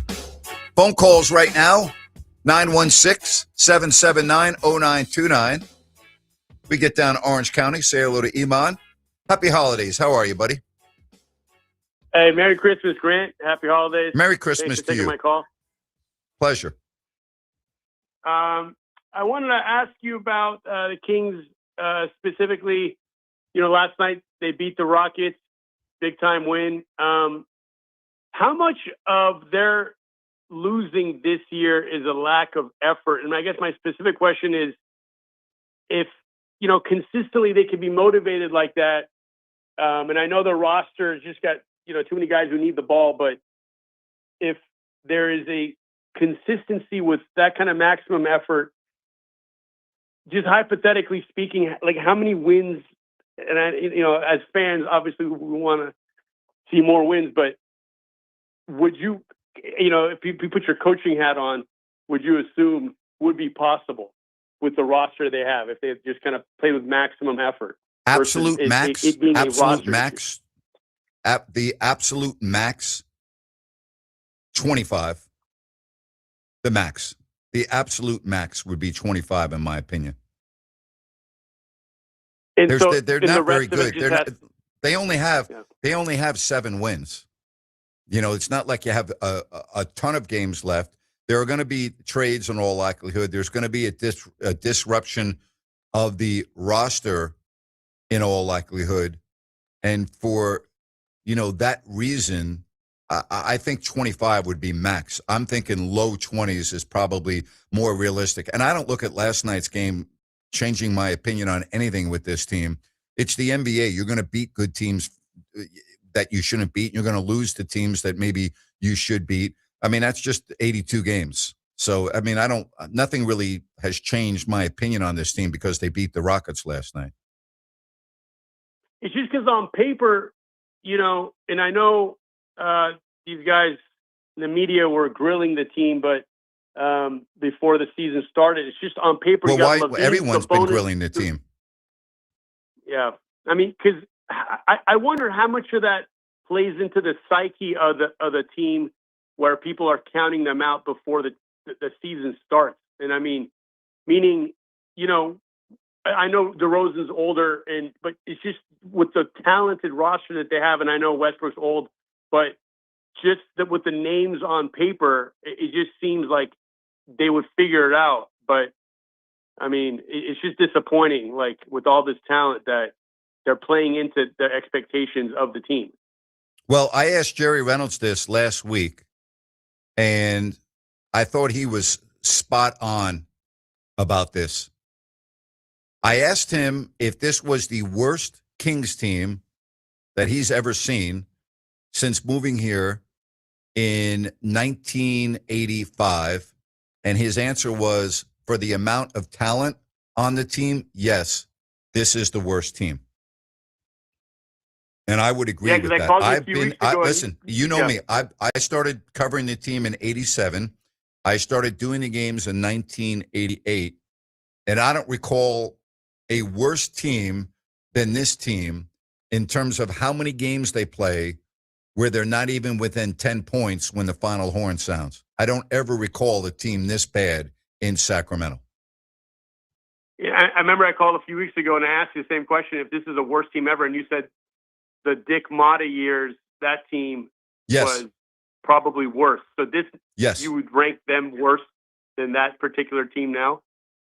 I would, yes. That's In disappointing. terms of their those, lack of competitiveness and the scores of the games and their point differential, yes, I personally would. So then that's why, those teams, they had guys like Dwayne Coswell and names that people don't remember, but which I do, and I've been calling you since the mid-'90s, but I've been listening since, you're on Channel 31 back in the day. But, exactly, it's so much less talent on those teams in the early 90s before Mitch Richmond got to the Kings. But so back to the question, in terms of lack of cohesiveness, it just seems like it's a lack of effort. Doug Christie is an awful coach. I like the guy personally, but to some extent, at least what he did for the Kings 25 years ago, but he's just not, I don't think he knows what he's doing. And I know there's some sensitivity to start you commenting on that, but there's no sensitivity on my part. There's no sensitivity on my part. I've been very adamant about this on my YouTube show before I started doing this show on September 2nd. They didn't deserve the interim tag last year, that it wasn't right, and that when they got blown out against Dallas in the play-in game, I said he was thoroughly outcoached, which he was. The next day, after all of the news broke, after Monty McNair had left the organization right after the game, and Sham Sharani of ESPN talked about Scott Perry, I said on Monday, Doug will be the coach because I know Vivek Ranadive and I know how he thinks and I know what he wants.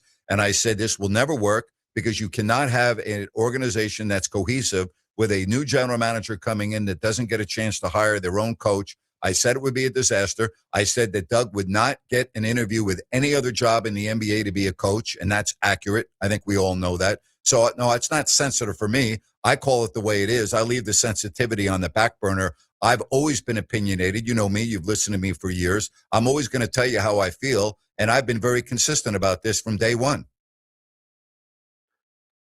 Why is that? Why did they not? I think I've been asked about, like, we think like something like Tim Legler would be good, and you're like, you don't want a commentator coming on. But, it just seems like what the Suns are doing, they have less talent and they're winning more games. Correct.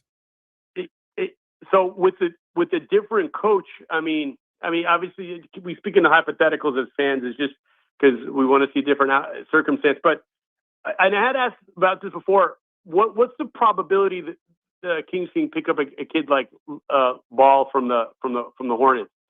Listen, I have no idea about what the probability is of this person or that person.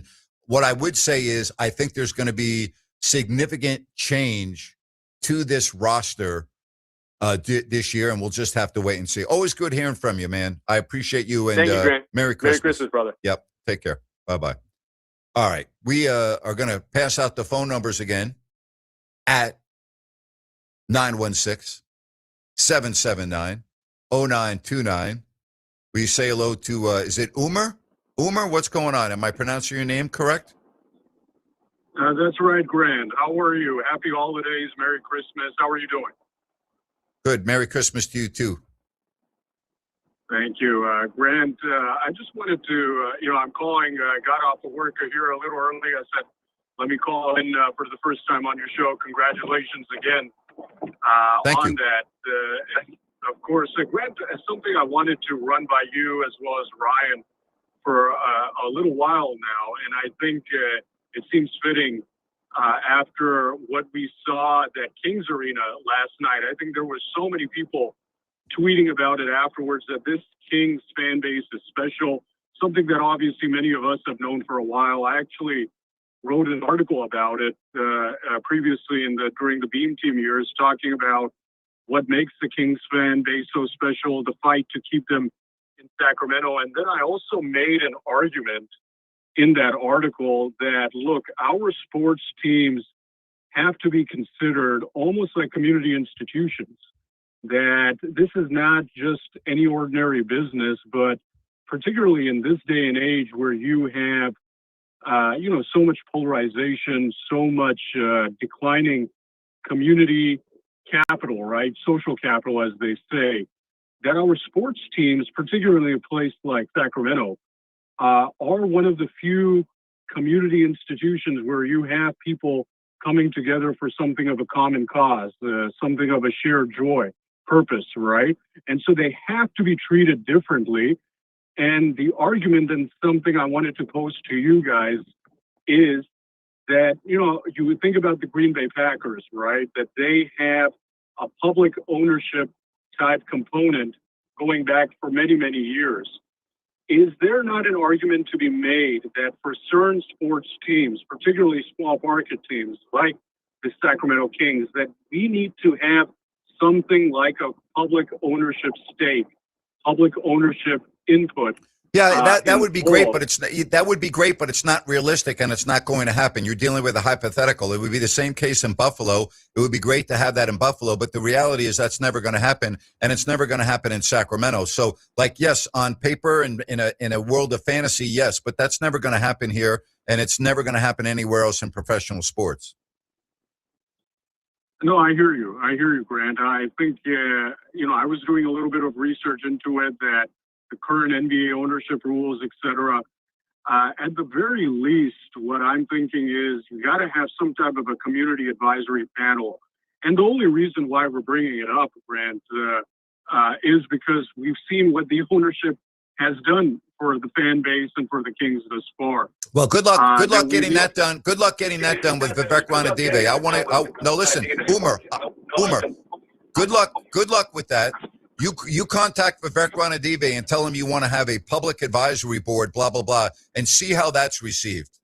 Just go ahead. I'll let you be. No, I mean, listen, I appreciate your loyal support, but you're wasting your time.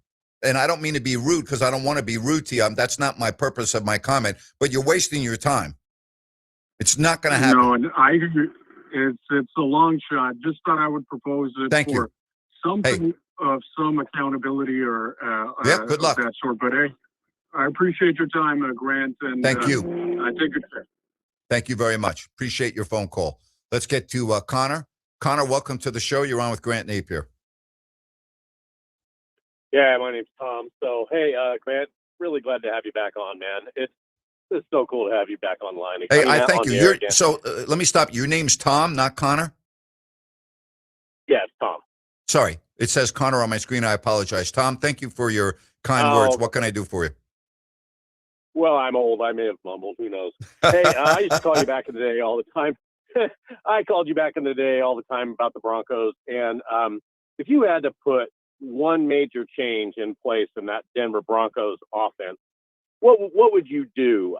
It was kind of bad seeing them yesterday perform a little weaker defensively, but their offense just never seems to truly be able to score a lot of points unless it's, fourth quarter miracles by Bo Nix. What would you say that team needs the most to take it to that next level on offense? And I know they've had some injuries, but what would you say? Well, you make a very good point. First of all, every single team in the NFL has had real key injuries this year.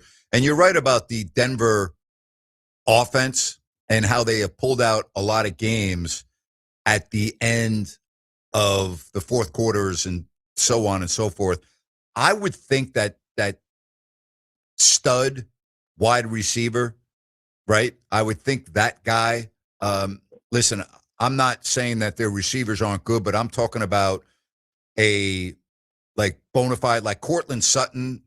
Okay, is he good? Yes, but is he Jamar Chase? No. Is he CeeDee Lamb? No. Is he, not that those guys grow on trees, but I mean, I would think if you could get that type of a player, I mean, Tony Franklin's good, but he's not, I think that if you're asking me if I could have a Christmas wish for the Denver Broncos, it would be that number one elite receiver.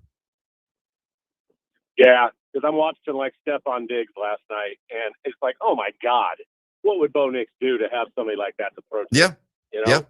Yeah. Really developed his career. Hey, I don't want to waste your time anymore. Sorry, you're not wasting my time. Stuff. Well, I just don't want to keep talking about a bunch of stuff just to hear my voice on the air. I appreciate you, Grant. I'm really glad you're back. Thank you, Tom. Sorry, little humor. I appreciate it. You take care. All right, Okay. good stuff right there. We'll come back. We'll get to more phone calls as we roll right on here on a Monday, Christmas week, Fox Sports Sacramento. We are Call the good dudes at Gabrudes. G-U-B-R-U-D-S. Homeowners, if you have an electrical project you need done, then you need the good dudes at Gabrudes. Family owned and operated for 30 years, Jay Gabrude and his team are the area's recognized experts for everything electrical, from the very basic like repairs, lighting upgrades, and whole house fans, to the biggies, panel replacements, EV stations, and backup generators. Gabrudes does it all and does it right the first time. They're actually the guys their competition recommends. Gabrudes, expert, 5-star service, and always transparent, honest prices and solutions. Say goodbye to your electrical issues. Visit Gabrudes.com or call 24/7 and speak with a real live person. Gabrudes, G-U-B-R-U-D-S. Call the good dudes at Gabrudes. G-U-B-R-U-D-S.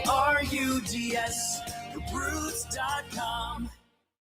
Hi, it's Margot from Bennett's Restaurants. Looking for the best happy hour in town? Head to Bennett's, where every day from 2 to 6, you'll find flavor, fun, and serious value. Enjoy over 10 wines by the glass, country club-style cocktails like lemon drops, skinny margaritas, and crave-worthy share plates. Short rib tacos, chicken wings, calamari, and more, starting at just $6. It's upscale without the uptight. 3 locations, Roseville, Rockland, and Sacramento. Join us today or check out the menu at bennettsrestaurants.com. I'm with Vince Bloom, the big deal guy at Folsom Lake Dodge. Vince! Actually, this time of year, you can call me the Holiday Big Deal Guy. The Holiday Big Deal Guy. Because during the wrap-up-the-year sales event at Folsom Lake Dodge, you can save over $18,000 net savings off MSRP on a new 2025 Ram 1500 Bighorn Crew Cab 4x4. I'll take it. And for a stocking stuffer, Keys to a Jeep? a new 2025 Jeep Wrangler 4-door Sport S. Right now, I've got one for only $36,995. That's why they call you The Big Deal Guy. So over $18,000 off a Ram 1500 Bighorn Crew Cab. And a Jeep Wrangler Sport for only $36,995. But you'll only find these big holiday deals at one place. That's right, only one place. At Folsom Lake Dodge. In the Folsom Auto Mall. But online at FolsomLakeDodge.com. Ram includes 9873 dealer discount plus 8207 in national stackable and holiday bonus cash. Then SN 6267196. Cheap includes 4250 dealer discount plus 12750 in bonus national retail loyalty and holiday cash. Must be current owner of SCA vehicle to qualify for loyalty bonus cash. Then SW 543907. See dealer details, expires 1/2/26. Have you ever tried to buy gold and silver and felt like you were talking to a used car salesman? That's because the precious metals industry is like the Wild West. Salesmen can say pretty much anything or make any promise they want without repercussion. But Genesis Gold Group is different. They're a faith-driven Christian precious metals company and believe in educating their customers, not pressuring them for a quick sale. Genesis Gold Group focuses on customer service, not sleazy marketing. Genesis Gold Group is named after the first book of the Bible for a reason. Proper stewardship of wealth is their specialty. Find out why they've earned a 5 out of 5 rating through the Better Business Bureau and how they can help you secure your wealth or retirement through physical precious metals. Call right now to learn more. 800-497-8464. 800-497-8464. 800-497-8464. That's 800-497-8464. All right, son. Time to put out this campfire. Dad, we learned about this in school. Oh, did you now? Okay. What's first? Smokey Bear said to. First, drown it with a bucket of water, then stir it with a shovel. Wow, you sound just like him. Then he said, If it's still warm, then do it again. Where can I learn all this? It's all on SmokeyBear.com with other wildfire prevention tips. Because only you can prevent wildfires. Brought to you by the USDA Forest Service, your state forester, and the Ad Council.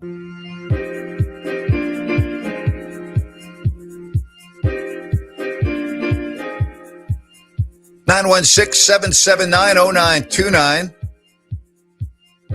Hope you're doing well. We say hello to John on Fox Sports Sacramento. Hey, John.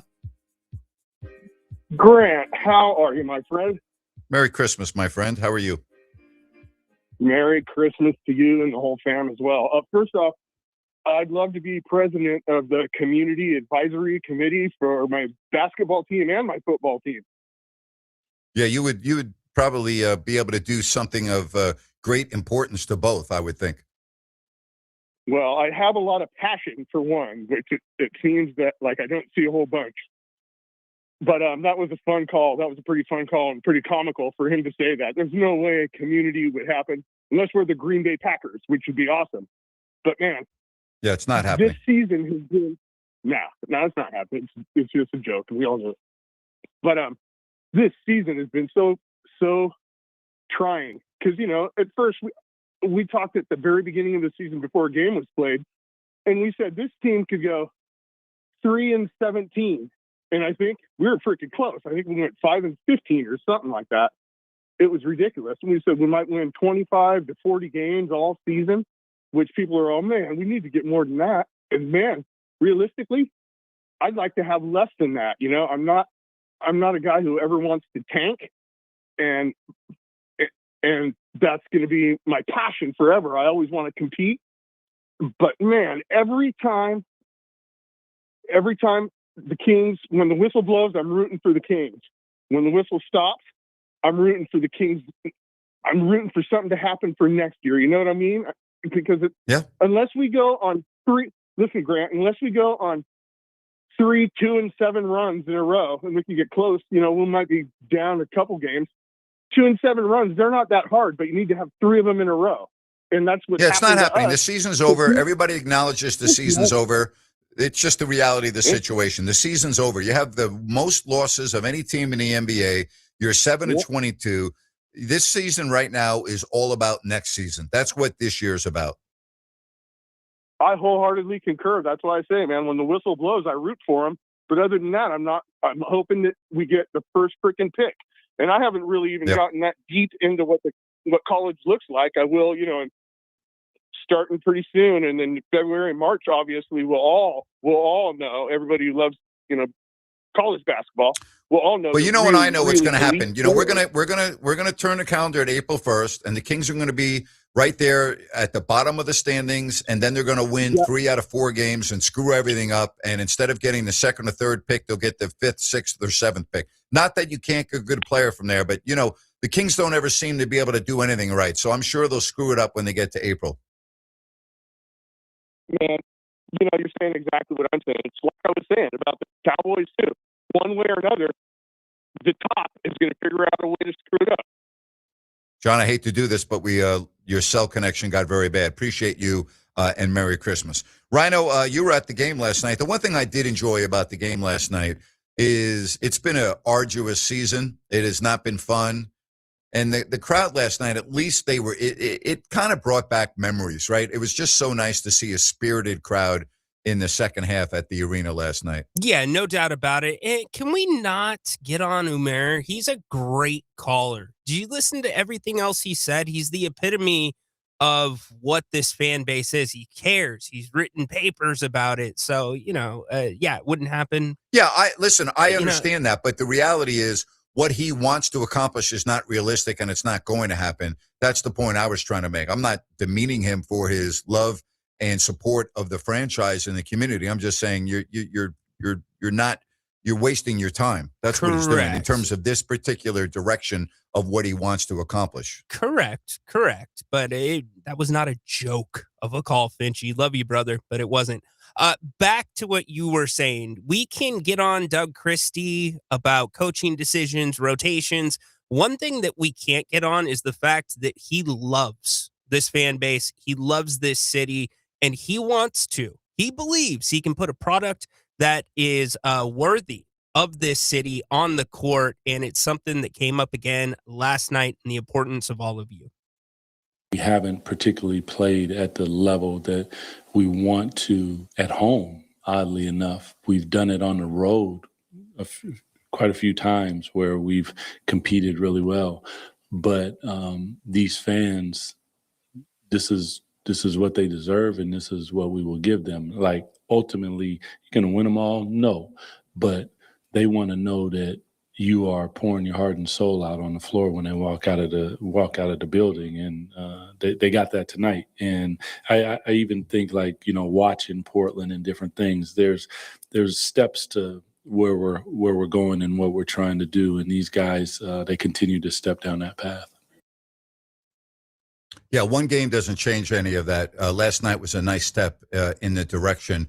As far as on the road, they're 3-13, so I wouldn't really talk that much about playing well on the road. But again, the fans were thoroughly entertained last night, and I'm happy for them. I'm always happy for the fans; they deserve it. Yeah, it really couldn't have come at a better time. You've got one more difficult game ahead of you at home before you hit the road for a couple down in LA. So that will be to be seen. Another thing you've talked about earlier in the show is Malik Monk. Doug has been getting a ton of questions about that and follow-up questions. Even before the game, he was asked if him and Malik had had a conversation about Malik not playing. Then you mentioned the article. He was again asked after the game about the decision that went into playing Malik. Here's what DC said. It's always it was the same way when Malik was playing and Keon was there, and it was like, how are we feeling? What am I feeling with them? Is one playing? And he wasn't. Keon wasn't terrible, but Malik brought in energy. The crowd gave that energy back. He came in, got a bucket, and I told him after the game, I appreciate you for being a pro. Like, that's part of what it is to be a part of a team and a good teammate. It was big time for him. It was 5 minutes, but they were a really good 5 minutes that we needed, and he supplied it. 5 minutes. I don't know about that. He got really 5 minutes. He got a bucket right off the bat at the rim. He missed a couple of free throws, and the rest of the time he never touched the ball. It's embarrassing. I don't know how else to say it. I'm trying to be tempered here, but it's not my personality to be tempered. What's going on with Malik Monk is a travesty. Okay? It's an absolute travesty. It's embarrassing. It is wrong. And for Doug Christie and this organization to make an example of what's been going wrong on the floor and point to Malik Monk as the guy that is not going to play is disgraceful. All right? It's flat out wrong. And my next question, Ryan, and to those listening, what's going to happen when Zach LaVine returns in the very near future? Then what's the rotation going to look like? The minutes that will be impacted, and so on and so forth. Then what happens? Keon's completely out of the rotation as we sit today. If Zach LaVine came back for Detroit tomorrow, I would say Neek's minutes go down, and you're going to see Malik in that same role where we were like, well, he's not really getting a lot of touches. He's playing 14 minutes. He's really important to this team. This team needs him, but he's going to go back to that, Yeah. 916-779-0929. Don't forget Grant's rant is coming up in just a couple of moments to open up the third hour of this show. But, if I'm Malik Monk, who I know for a fact loves living in Sacramento, has embraced the community and all of that, has been a pro on the court and off the court, why would he want to be part of the future here? Why would he? He is another guy that I would think right now is like, get me out of here. Yeah, look, he's been really candid since the birth of his baby boy. Congratulations, Malik. Congratulations.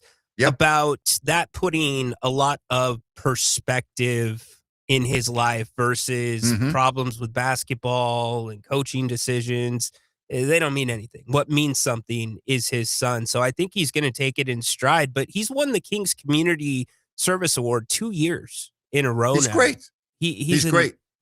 Awesome guy. You saw the fan base very, very, very excited to see him on the court last night, and it's just a 5-minute run. And part of that was because Dennis Schroeder and Russell Westbrook were getting the minutes at that position. You can't deny what Dennis Schroeder did last night. He brought some fire. Here was Doug on Dennis.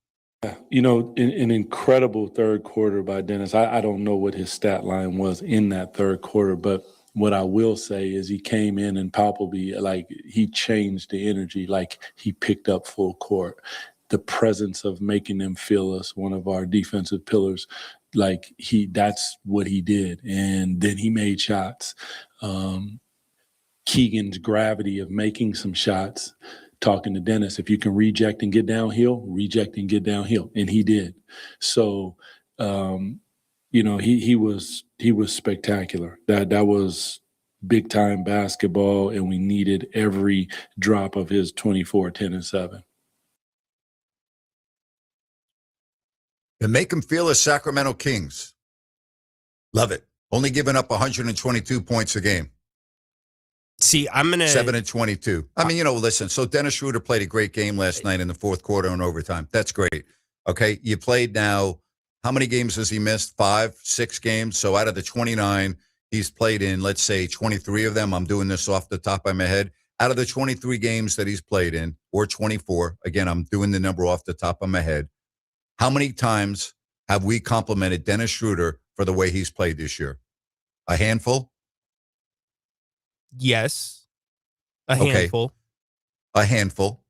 So to this point, and I'm not diminishing that he was very, very good last night, but what I am saying is, to this point, that has been a really bad signing for the Sacramento Kings. Has it not? To this point. Yes, the money's bad, and I'll put the money aside. I'm going to say the fit right now is just not great. You see 10 assists last night, 1 turnover. That's a great ratio. I love that. But the way it's happening mucks up and slows the basketball game down. It is painful to watch at times, Grant. Yep. And I agree. You look at the fourth quarter this year and shooting, and this is a perfect example of it. Field goal attempts. DeMar DeRozan, 78 in the fourth quarter. Russell Westbrook, 78. Dennis Schroeder, 61. It's too. It's unbelievable. It's too many, and you see it coming. And so, yes, it works some nights. And, Dennis missed some very bad shots, too. You don't get an extra notation in the box score for a bad shot. He had 2 of them in a row, just early in the shot clock, not called for. And that's where this team, luckily it didn't happen last night because the crowd was there. The guys kept fighting. But that's where this team gets out of a game very quickly. It's how they got out of this first half, actually, with the Houston run. He's missed 5 games to be exact about that. And tomorrow, another opportunity. The Pistons, by the way, play tonight in Portland. So Sacramento is getting them on the second night of a back-to-back. So we'll see if they can continue their competitiveness against a really good team in the East, but they will be a little fatigued because they do play tonight up in Portland.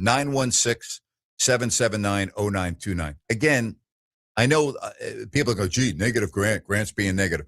I don't look and make a mountain out of a molehill, good or bad, over one game. All right, I don't take one game and all of a sudden make a new edict that the team has arrived and they're different. No, I go by 5 to 10 game increments, and I want to see a steady improvement over, let's say, a 5 game span or so. And so we're in the middle of that right now. I'm not ready to go, oh, gee, the Kings are totally different and blah, blah, blah. No, they're not. They're the same team. And let me add on to this. We're in the 3rd game of the quote-unquote youth movement. As this progresses, because it's early, I need to see the young guys getting some of the experiences down the stretch with the ball in their hands, plays called for them, because there is no growth sitting as a decoy on the wing or in the corner when you go to ISO with 3 guys, 1, which will be on the team next year, 2 that probably will not. Good luck with that. You have to. And I guess we'll close here to what you're saying. It's not going to happen. I know. Well, and I agree 100% with you. I agree with everything you just said, but it's not going to happen because your coach is in love with his veterans down the stretch, and we see it every single game. DeRozan, Westbrook, we can start and end right there. It's not going to happen. See, and when Levine's back, he's going to be on the court too at the end of games. See, but that's where I fear there can be a splinter in the locker room because you have these young guys who are up and defending, And in some cases, like last night, Keegan in the fourth quarter went on his own little run. They bring you back, and then your vets freeze them out. And I'm with you. And the coach, that's where the coach has to be able to balance that. And the team down the stretch gets very, very unbalanced. Grant, DeMar DeRozan was not hot whatsoever. And what did the Rockets start doing? The second the ball touched his hands, they started doubling him because they knew what was coming. So we'll see how it progresses. Yeah. All right, third hour of the show coming up. Grant's Rant. Your phone calls, 916-779-0929. 49ers and Colts starting in about 15 minutes. The Colts control their own destiny. I'm going to be surprised if they do not win this game easily tonight. I think they're going to roll over the Colts tonight in Indianapolis. I really do. They better, or else I'm shut out this week. Oh, my God, you're 0-3? 0-3. Oh, Liam, talk to me. Come on, Liam. I went 3-1, so I got to contact my son Chase and tell him he's on the clock this week. Nice. All right, Grant's Rant. Grant's Rant coming up next here on Fox Sports Sacramento.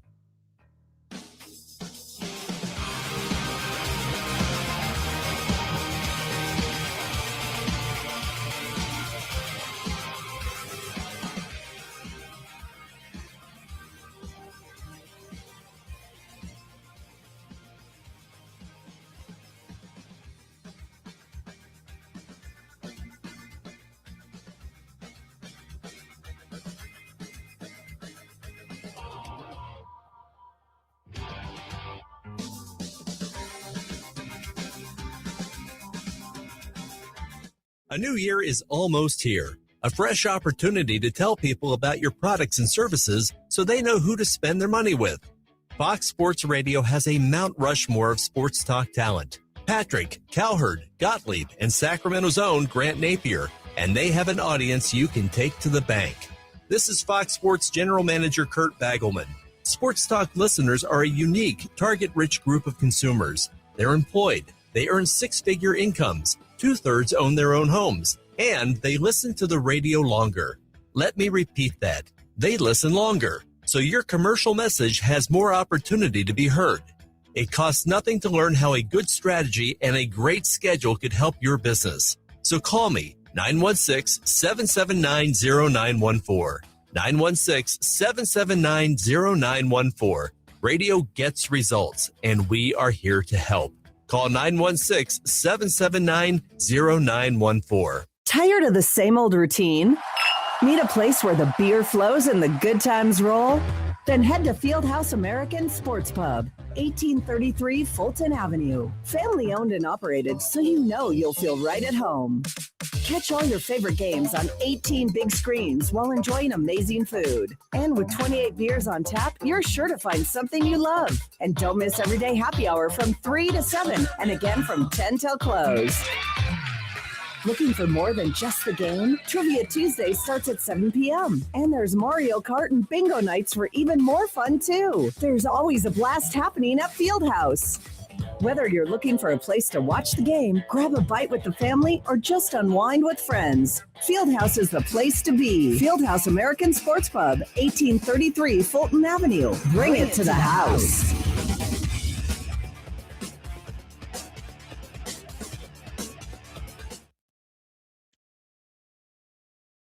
I'm Dan Patrick, and this is Above the Noise. This weekend's college football action was always going to revolve around whether James Madison and Tulane belonged. When they cracked the playoff field, the reaction was instant. For supporters, it was validation, proof expanded playoffs could finally deliver access. For skeptics, it was a ticking time bomb. One bad showing and the criticism would right itself. The clock didn't last long. Ole Miss dismantled Tulane by 31. And Oregon's 17-point win over JMU looks respectable, but anybody who watched it knows it wasn't that close. This is not an indictment of JMU or Tulane. They didn't force their way into the field. They earned their spots under the current rules. The responsibility now shifts to the committee. What is the playoff supposed to be? The best 12 teams or the most inclusive path? Because those are two very, very different goals, and this weekend made that impossible to ignore.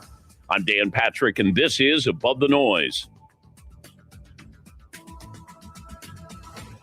Holiday season, connection is the greatest gift of all. Whether you're gathered around the fireplace or you're miles apart, Rapid Radios makes it easy to stay in touch with the people who matter the most. No apps, no drop calls, no monthly fees, one-touch communication that works. Whether you're checking in on loved ones, coordinating holiday plans, or making sure everybody gets home safely. Give the gift a peace of mind. Rapid Radios. Staying close should always be simple. Visit rapidradios.com and share the sound of togetherness this season. Tires matter. They're the only part of your vehicle that touches the road. Tread confidently with new tires from Tire Rack. Whether you're looking for expert recommendations or know exactly what you want, Tire Rack makes it really easy. Fast, free shipping, free road hazard protection, convenient installation options, and the best selection of General tires. Go to TireRack.com/Dan to see their General tire test results, tire ratings, and reviews, and be sure to check out all the special offers. TireRack.com, the way tire buying. Grant Napear is back every weekday afternoon, 3 to 6. This is Fox Sports, KSAC 890 AM Olivehurst, K284CM 104.7 FM Sacramento. It's time for Grant. All right, let's get the week started. Christmas week, everyone on the move. Not everyone, but a lot of people traveling. So let's entertain them. What do we have, Rhino? All right, Napes, I have as your first choice a buffet of continued wide receiver gaffes, mistakes, things that can't happen. DK Metcalf, as you talked about briefly in the open, striking a fan in Detroit, walking up to him, not stopped by security, pulling at his hair, and then some type of slap or open, whatever you want to call it, makes contact with a fan. And he was not alone. How about Brandon Ayuk posting a video online of him going 104 speeding by Levi's Stadium? So you can go there. Second choice, the NBA coaches not happy with the refereeing. Chris Finch, the latest to speak out on that and smash the refs after a game over the weekend. Third choice, NBC is, according to The Athletic, going to have Snoop Dogg, yes, Snoop Dogg, be the analyst for January 5th's game between the Los Angeles Clippers and the Golden State Warriors on Peacock. You are kidding me, right? No. According to The Athletic. Wow. I missed that. Wow. You gave me three really good choices. I mean, you could make it a buffet of ranting. Well, I'm going to tell you, I've talked about this ad nauseum, and I'm going to keep talking about it. I understand that officiating in all sports is not perfect. It's never going to be perfect, and we as sports fans should not ever expect it to be perfect. Perfection does not exist in life unless you're talking about a pitcher throwing a perfect game in baseball. But even that individual needs help from the 8 fielders that are with him on the diamond and in the outfield, right? They don't do it by themselves, but that's how we measure perfection. 27 up, 27 down. How do we measure perfection in professional sports? And I'm going to keep it to pro sports when it comes to officiating. We normally will measure perfection in officiating if we're not talking about the officials at the end of the game. So if you watch a baseball game and you don't really think about the umpires, they had a pretty good game. If you watch an NFL game and you're not talking about the officiating, generally speaking, you feel that they officiated a very good game. In basketball, the same way. But unfortunately, especially with basketball, in just the last week, we have seen some absurd comments coming from coaches such as Ime Udoka, J.B. Bickerstaff, and now the latest Chris Finch. And I'm okay with criticizing the officials because it is human nature. And after a game, when you only have 5 or 10 minutes and you have to address the media and you're all hot and you're emotional, yeah, you're going to criticize the officials sometimes. But there's a difference between criticizing and getting personal and saying that they don't belong on the floor. And that's exactly what Ime Udoka did. And that's exactly what J.B. Bickerstaff did when he attacked the credibility of the crew chief John Goebel. And Chris Finch, again, where's Adam Silver in all of this? Like, Adam Silver, would you please come out of your hiding and run your freaking league unless you're at the NBA Cup or the NBA Finals or what have you? Would you please run your league and get a grip on your league? Would you please let your coaches know that it is detrimental to the league and it is absolutely a really bad look for your coaches to come out and undermine and tarnish the credibility of your officials? I mean, you got enough problems going on in your league with these gambling allegations and so on and so forth. Now you've got your coaches on a regular basis attacking the credibility of your officials. That is a no-no. Criticizing is one thing. Attacking the credibility of the officials is another. Seriously, it's wrong. It is flat out wrong. And Adam Silver doesn't appear to ever want to run his league. He walks around, playing patty cake with everybody. Run your freaking league. Grow a pair, would you please? Just once discipline a player the right way. Just once discipline a coach the way they should be. And listen, if you got to discipline an official, do so. But run your freaking league other than just seeing how much money your owners are making. Grow a pair and run your freaking league, would you please? It's a joke. I'm tired of seeing the coaches attack the credibility of the officials. It is awful, and it's happening way, way, way too often. And that's my rant for today. Terrible. Just terrible. And by the way, as far as Snoop Dogg, I mean, you got to be kidding me, right? I mean, it's a joke. It really is. So are they going to go over his arrest record during the telecast? Are they going to go over his arrest in 1990 for his gang activity and drug arrest, or the murder trial in 1993, which, by the way, was acquitted in 1996, a case that significantly impacted, by the way, Snoop Dogg's career? What about going back 20 years ago to drug and gun charges? Are we going to talk about his arrest at the airport? Are we going to talk about that? Are we going to talk about his international bans that he had for a long time? Or are we just going to skip all of that? Can we talk about all of his past arrests and his criminal activity, or is that off the record when he's being an analyst for an NBA game? Because I'm only asking the question. That's all I'm doing. I appreciate you asking the question, but Snoop's been a hot commodity as of late. It wasn't. No, he's very hot. He's everywhere. Yeah, he's on the Olympic coverage of NBC. That's right. I see him on the teases before the football games. Absolutely. And by the way, I'm not saying you can't turn your life around, and I'm not saying that an individual should not be commended for turning their life around. But what I'm saying is, it's just it's very puzzling to me. See, I thought you were going to take it a different way. I thought you were going to take it. It's disrespectful to analysts. Now, granted, he will be attending the pre-game meeting or the day before the production meeting with the coaches and the players, and he's only going to call the second half along with Terry Gannon and Reggie Miller. He will be observing them during the first half. So what it is it's a gimmick, correct, that the NBA is using again, and in this case, one of their big media partners, NBC, it's, again, a gimmick. And I would also tell you, how often do you think they'll promote the Olympics in February during that game? Why would they promote him anymore during that game? Because Snoop's there? Yep. Just watch. Just watch. I won't watch 1 second of that. You know me, I'm not into gimmicks. I'm not into gimmicks at all.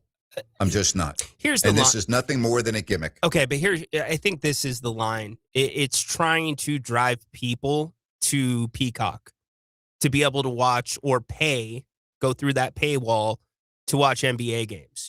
They're not going to put Snoop Dogg as a guest analyst, a third seat at the booth on an NBC Tuesday game. That's not happening. How is it different? Let me ask you this. How is it different than having Bill Walton in Sacramento? It is completely different because that's local television. This is network television. Okay. So I think there's a big distinction to be made there. Okay. That's one. But what was we both had ties to Bill. I love Bill. But what was the reason for bringing Bill in? You guys had a great Because he thing was going. friends of the Maloofs. That's why. Okay. All right. That's the only reason. All right. Not saying I mean, hated it. No, well, I'm just telling you. You want to know why he did it, and why was Jim Gray doing sidelines for games? Because he's tight with the Maloofs. Mm. There's no other reason. By the way, did the fans want that? No, they didn't want that. Did the fans want Jim Gray part of the telecast? No. I used to have to talk about it every day on the radio, which is extremely uncomfortable for me, but that's what I had to deal with. I'm not a big Jim Gray guy. I've already talked to you about Jim. I've worked with him both with the Kings and with the Raiders. I've never been around someone that had as little talent as he's had. He's a great, great interviewer. One of the best of all time. Maybe in the Larry King model, Barbara Walters, Jim Gray. All right? He's a great interviewer. Other than that, he has no talent. None. Well, and I know that because I've worked with him in a variety of areas, and I've been privy to it, and I've never been with anyone on that level that has less talent than Jim Gray. Do you think he has more talent advising a professional football team? Great question. Great question. I'm sorry. When you brought up his Rolodex, when you're that connected, I start to get a little bit worried. Mm-hmm. Yeah. You know? By the way, as far as the receivers go, I'm not really sure why it always seems to be the receivers that are doing these stupid things. I really don't understand why we're always talking about this. How about the video that Brandon Ayuk posted? Are you kidding me or what? I know. How stupid must you be? Really? What was this? What was he going, 90 miles an hour or 100? No, What was 100, it? 104. 104. Really? Like, let's show everyone how stupid I am. It's unbelievable to me. And how much money has he thrown down the toilet by all of this? He didn't want to come rehab. He just disappeared. I mean, it's mind-boggling, is it not? Seriously. No, it is. But to answer the first part of that question, I'm sure there's part of it that it's been hyped up as the diva position. So receivers have that they take on that persona. But in all seriousness, it's the one position in football that you are really relying on somebody else for you to be able to make an impact. You can block. You could go out there and run a great route and get somebody else open on a rub route. But unless you're getting the football, that's why they get more attention. That's why I think they get loud and speak out. But it's been a bad week for coaches and receivers. Puka Nacua. Boy. It's just nuts. It's unbelievable. By the way, the Napear boys are in for this week's picks. Chase Napear in Nashville is dialed in. I've given him the instructions, and he will be giving me his 4 picks by Friday when we wrap up the week and get you into the football weekend. I don't know if he'll do better than Dad. I don't know if he'll do. The only way he could do better than Dad is if he goes 4-0. Should we up the ante and have the Sons on the show doing picks? You know, that might be a really good idea. Liam's not shy of the microphone. I got to see what time my son's show is. That might not be possible with him. He does his own sports show in Nashville. He could do it. Yeah, that's 6:30 to 7 Nashville time. So, yeah, that would work. Yeah, we'll get him on the air. Yeah. Okay. All right. Yeah. All right. You know what? That's a great idea. Great idea. This will be a good family. You'll just have to teach segment. me how to. You know what? You'll have to work the phones for that one because I don't want to screw it up here in the studio with me hitting the wrong buttons. Yeah, we'll get it dialed in for you. Can't be any worse than Jerry Reynolds wrecking our post-game show last night by not being there. I'm not. I love Jerry. It's his 56th or 57th anniversary tomorrow. I can't do this to Jerry, even to play a joke on him. I just can't do it. I can't do it on the eve of his anniversary. Can't do it. Which he's going to be working. Hey, who are the Niners playing tonight? They are playing. Ooh, those are weird uniforms. Who are they playing? They're playing the Colts with black helmets and almost like a denim blue uniform on a Monday night. It's embarrassing. Seriously. It's marketing. You know what? Sometimes this stuff has meaning to teams when they break out like Really? Yes. What's the meaning to this that you have no idea who's playing? How often do you see the Colts with black helmets? Okay, usually at the college level. There's some colleges where teams have to earn the right to wear a certain color once a year. What is it? The black shirts in Nebraska? But the NFL, maybe the black helmet means something to the Colts. Probably not. Christmas, sell a new uniform and a helmet. It's a joke. All right, 916-779-0929. Want to tell you about DAS Mechanical. And I've talked about them for a couple of months now. And I love talking about businesses that get rave reviews from the customers because I'm a customer service individual. To me, I put that at the very top of the list. And when it comes to DAS Mechanical, HVAC retrofit and service specialists, they also do new systems. And we talk about going from gas to electric, which is a big deal now. Homeowners, businesses for commercial maintenance, ideal for you. They serve their friends in Sacramento, in Placer counties, family owned. Go to dasmechanical.org. D as in dog, A, S as in Sam, mechanical.org. And you can schedule everything online and look at all of their 5-star reviews and their numerous best of the best awards. And should you need financing, no problem.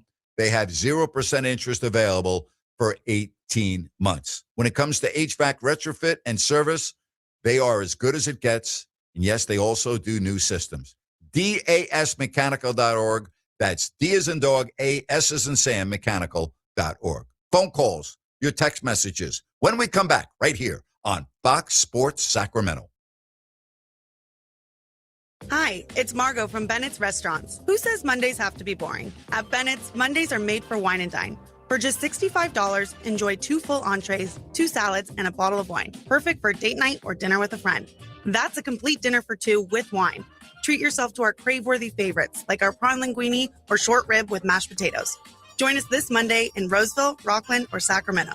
Reserve now at bennettsrestaurants.com. Make Monday the new fun day at Bennett's. Call the good dudes at Gabrudes. G-U-B-R-U-D-S.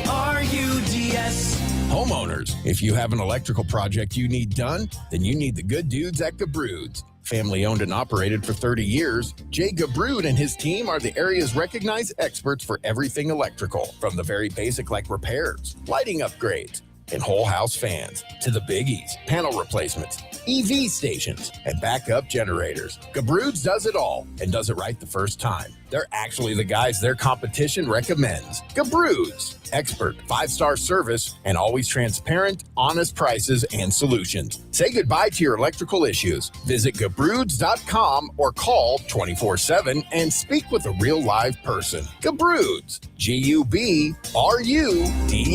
Call the good dudes at Gabrudes. G-U-B-R-U-D-S. Gabrudes.com. It's the All Things Legal Show, heard every Saturday morning from 8 to 9. Join your host, Craig Ashton, with an entertaining and eclectic view of all things legal. Saturday mornings from 8 to 9. Remember, for the best advice, don't think twice. Call Ashton and Price. Snakes, zombies, public speaking. The list of fears is endless. But the real danger is in your hand when you're behind the wheel. Distracted driving is what's really scary and even deadly. Eyes forward. Don't drive distracted. Brought to you by NHTSA and the Ad Council.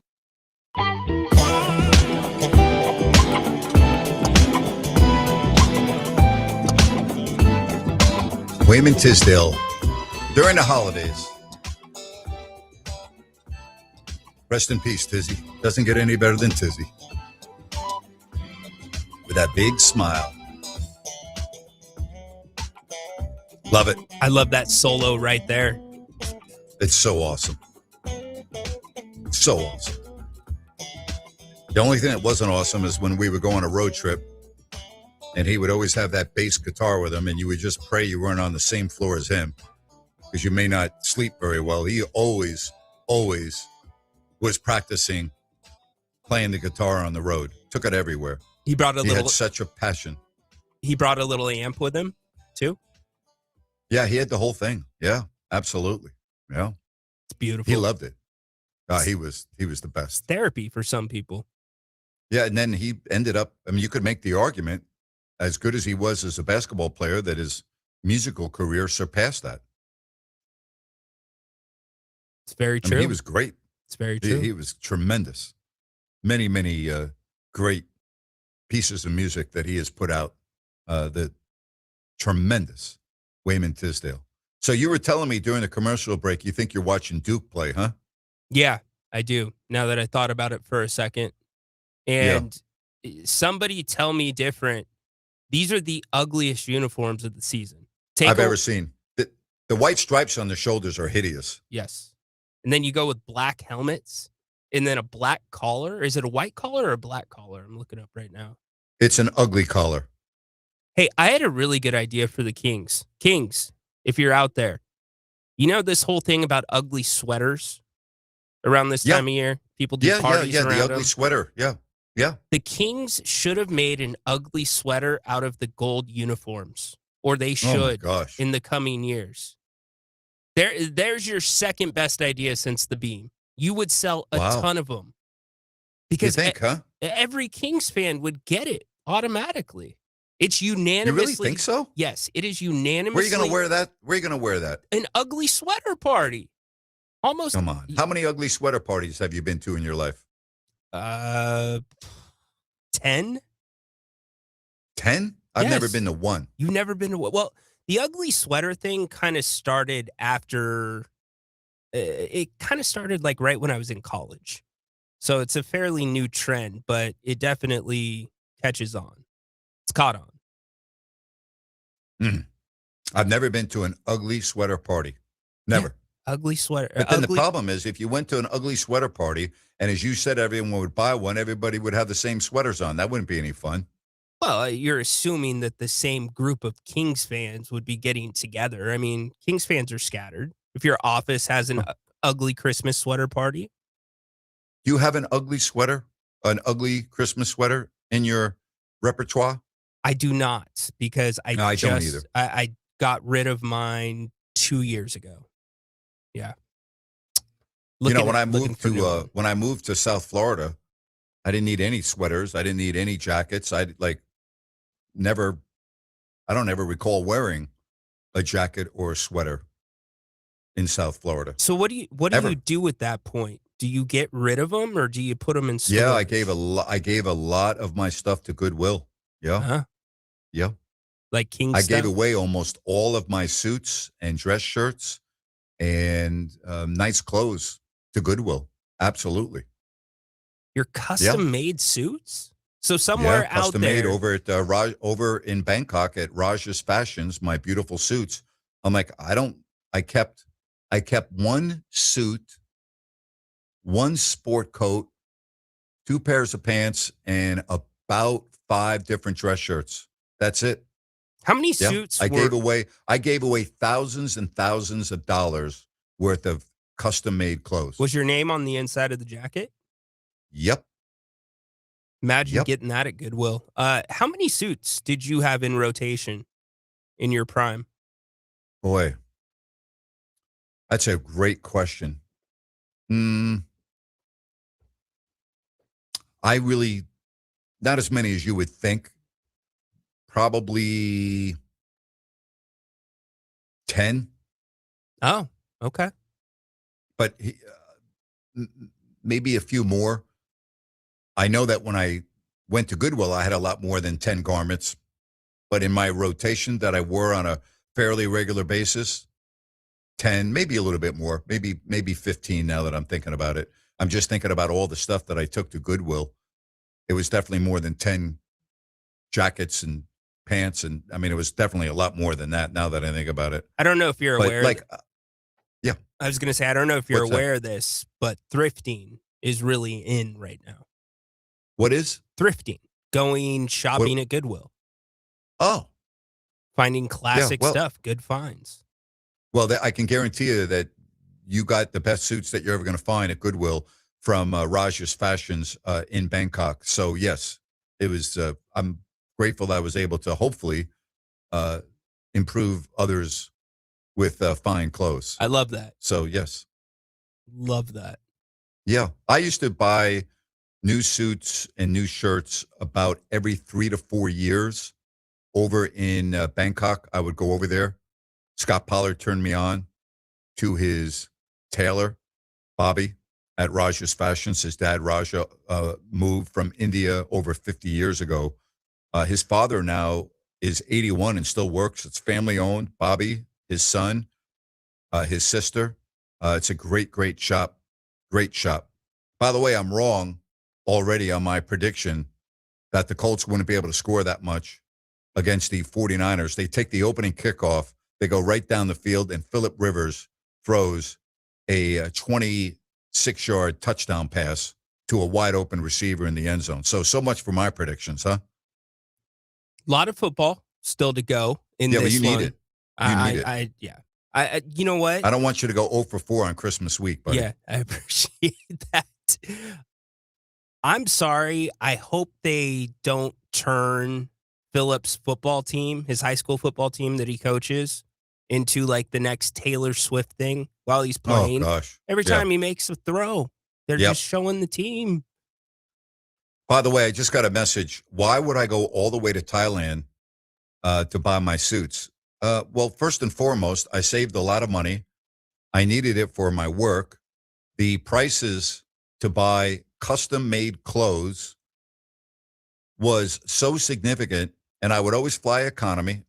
I was able to normally buy a round-trip economy ticket in advance back when I used to go between $500 and $700 round trip. Okay.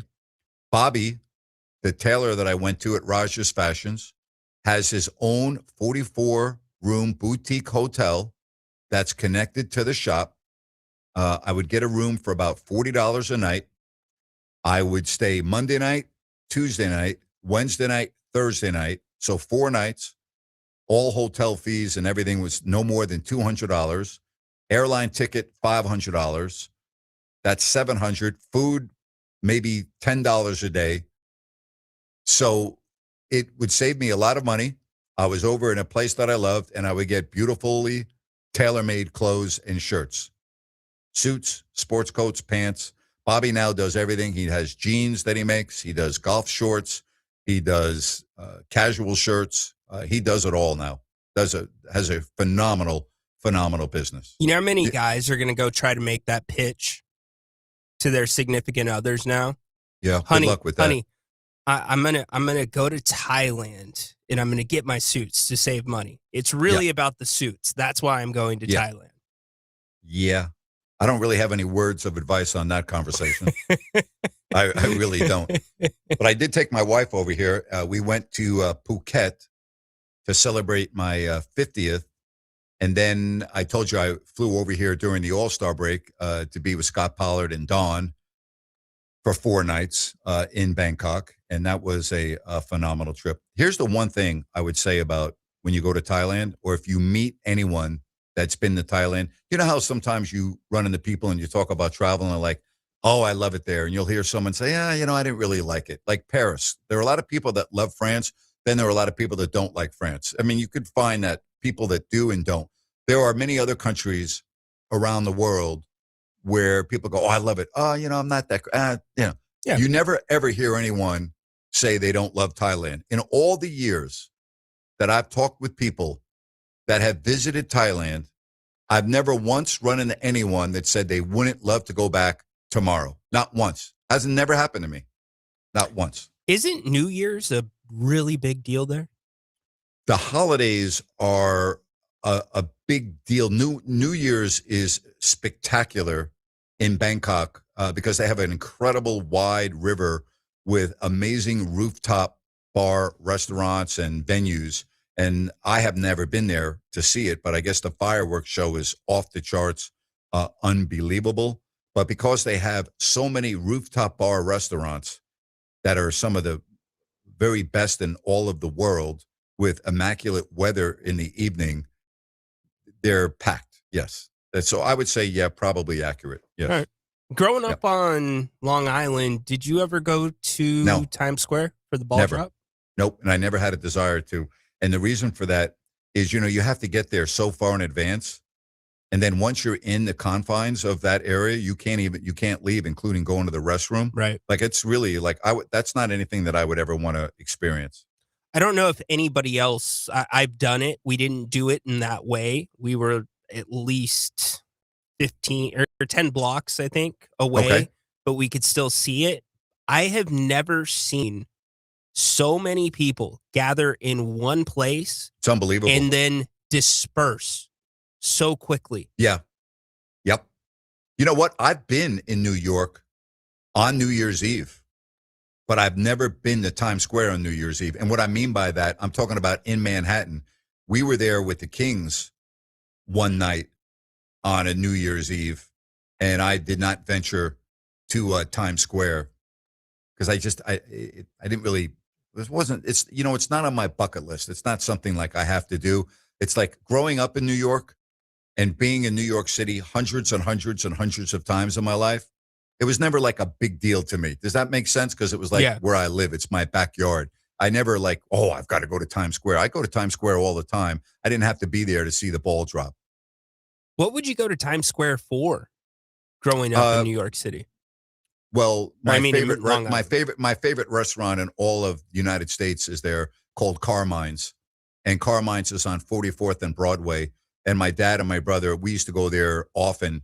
And so we would go to Times. It is in Times Square, so you can't go to the restaurant without going to Times Square. The other reason to go to Times Square is it was very close to where my dad worked on 42nd Street. So depending on what subway line I was on and where I was coming from, sometimes I would get off at Times Square and walk 3 blocks to my dad's office. So I was in Times Square all the time. And then the other aspect is when you have friends that are coming to New York, you take them to Times Square because they want to see it. They want to be like, wow, this is Times Square. So I've walked through Times Square hundreds and hundreds of times, going to other parts of the city. What's that place here in Sacramento? What would be the equivalent here in Sacramento? Would it be Old Sacramento? The equivalent in Sacramento? Yeah. Like what? Probably a movie theater where you sit down and watch a movie of Times Square. No. Okay. No, I'm joking. I know. There is no equivalent of I guess. Okay. Yeah. All right. I'll tell you right now. How about the Railroad Museum? I hear that's very popular and a lot of people love that. And when they go to Sacramento and Old Sac, they make that part of their, or the Tower Bridge, right? I don't know. I don't know. I don't know. think we're peppering it. I think it's Old Sacramento. If somebody comes here to visit, that's probably the place to take. Okay. Well, so Susan Waldman was on with me 2 weeks ago, or was it last week? Last week, and she complimented the heck out of it. She said she had a great time and loved Old Sacramento. So yeah, very true. Yep. All right. Yep.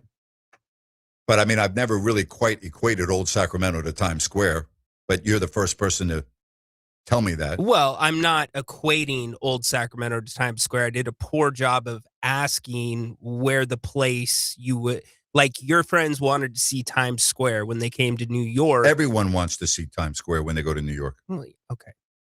When you come to Sacramento, where's the place to take somebody? I think it's maybe Doco a little bit now, but definitely Old Sac is number 1 on the list.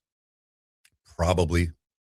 Honestly, most people that come to visit me, they want to go to Tahoe or they want to go to San Francisco or Napa. They don't want to go to Sacramento. Well, that's the truth. I told you, when I moved to Sacramento and I didn't know anything about it, right? Yeah. I had someone tell me, because I didn't know anything about Sacramento when I moved here. They said, Sacramento is nothing in the middle of everything. And I'll never forget that. They described it as nothing in the middle of everything. And it's improved from that. And I've loved living in Sacramento for more than half my life. And I can't have enough superlatives of what it's been like living in this area, an area that I have loved But if you were to take away the surrounding areas of Sacramento, such as Napa, such as Tahoe, such as the Bay Area, you wouldn't say that about living here. You wouldn't. What makes living here so incredible are the different seasons you can have all in the same day, where you can go skiing in the morning and come home and play golf in the afternoon, or you can go to the Bay Area and you can do amazing things, or you can go to Napa and go wine tasting for the day. I mean, you can go on and on. If you didn't have that, all right, like if you were talking about a area in the Midwest where I went to college or where I worked, like you didn't really have that other than getting in your car and driving 3 hours to Chicago if you were in Decatur, but you didn't have the diversity that you have here, which makes to me all the difference. Spot on. Well said. Cody, of course, because Cody is the best. Yes. This Carmen's on 44th looks like an awesome Carmine's on 44th looks like an awesome menu. Carmine's is as good as any Italian family-style restaurant you could go to in the world. There is nothing better than Carmine's. Nothing. And the New York feel when you walk into Carmine's, you know you're in New York. And Carmine's during the holidays with their tree and the decorations is unfreaking believable. You can't go there alone because you can't eat all of the food. It is spectacular. It is a legendary restaurant. There's a one uptown as well. I don't like the one uptown as much. 44th and Broadway, Carmine's. It is as good as it gets. They're the Bennetts of New York. There you go. Yeah, I have never had anyone go to Carmine's on my recommendation that have not sworn to me about it. I'll tell you how great Carmine's is. First of all, they ought to be paying me to do this free advertising. I've always told people, if you go there and don't like it, I'll pay your bill. I've never once had to pay anyone's bill. Not once. Not once. Not once. Carmine's is spectacular. Spectacular. Now I want Italian. Now I want classic Italian. All right, here we go from the 530. Grant. Hey, Ryan. 0 Grant. A 12-pack of Michelob Ultra for asking the Times Square question comparison. If you don't have that in stock, you can go ahead and get some Coors Lights right from my buddy, Greg. Did I read that correctly from the 530? I think so. I'm looking at it right now. Hey, Ryan, 0 Grant. I think he's complimenting the question. Okay. All right. Yes. Good. Let us know, 530. Yeah, we love that. All right, we'll come back. Final segment right here on a busy Monday, Christmas week, Fox Sports Sacramento. We are Listen up, guys. Are you experiencing any of the following? Fatigue, less drive, poor performance? If so, you may be one of the nearly 30 million men in the U.S. today dealing with ED. But did you know you don't have to pay hundreds for a prescription anymore? And you don't have to deal with the hassle of seeing the doctor or the embarrassment of going to the pharmacy for a certain pill. Now, with one free call, you can find out how Herbal Virility Max can help you feel like a man again. For over a decade, Herbal Virility Max has helped guys just like you put a smile back on their face with improved performance and drive. Call today and ask about our buy one, get one free offer. 800-690-8445. 800-690-8445. 800-690-8445. That's 800-690-8445. Call the good dudes at Gabroods. G-U-B-R-U-D-S. Homeowners, if you have an electrical project you need done, then you need the good dudes at Gabroods. Family owned and operated for 30 years, Jay Gabrood and his team are the area's recognized experts for everything electrical, from the very basic like repairs, lighting upgrades, and whole house fans, to the biggies, panel replacements, EV stations, and backup generators. Gabroods does it all and does it right the first time. They're actually the guys their competition recommends. Gabroods. Expert 5-star service and always transparent, honest prices and solutions. Say goodbye to your electrical issues. Visit Gabroods.com or call 24/7 and speak with a real live person. Gabroods. G-U-B-R-U-D-S. Call the good dudes at Gabroods. G-U-B-R-U-D-S. Gabroods.com. I'm with Vince Bloom, the big deal guy at Folsom Lake Dodge. Vince! Actually, this time of year, you can call me the Holiday Big Deal Guy. The Holiday Big Deal Guy! Because during the wrap-up the year sales event at Folsom Lake Dodge, you can save over $18,000 net savings off MSRP on a new 2025 Ram 1500 Bighorn Crew Cab 4x4. I'll take it. And for a stocking stuffer, Keys to a Jeep, a new 2025 Jeep Wrangler 4-door Sport S. Right now, I've got one for only $36,995. That's why they call you The Big Deal Guy! So over $18,000 off a Ram 1500 Bighorn Crew Cab. And a Jeep Wrangler Sport for only $36,995. But you'll only find these big holiday deals at one place. That's right, only one place. At Folsom Lake Dodge! In the Folsom Auto Mall. And online at FolsomLakeDodge.com. Ram includes 9873 dealer discount plus 8207 in national stackable and holiday bonus cash. Then SN 667196. Jeep includes 4250 dealer discount plus 12750 in bonus national retail loyalty and holiday cash. Must be current owner of SCA vehicle to qualify for loyalty bonus cash. Then SW 543907. See dealer details, expires 1/2/26. A new year is almost here. A fresh opportunity to tell people about your products and services so they know who to spend their money with. Fox Sports Radio has a Mount Rushmore of sports talk talent. Patrick, Cowherd, Gottlieb, and Sacramento's own Grant Napear, and they have an audience you can take to the bank. This is Fox Sports General Manager Kurt Bagelman. Sports Talk listeners are a unique, target-rich group of consumers. They're employed. They earn six-figure incomes. 2/3 own their own homes, and they listen to the radio longer. Let me repeat that. They listen longer, so your commercial message has more opportunity to be heard. It costs nothing to learn how a good strategy and a great schedule could help your business. So call me, 916-779-0914. 916-779-0914. Radio gets results, and we are here to help. Call 916-779-0914.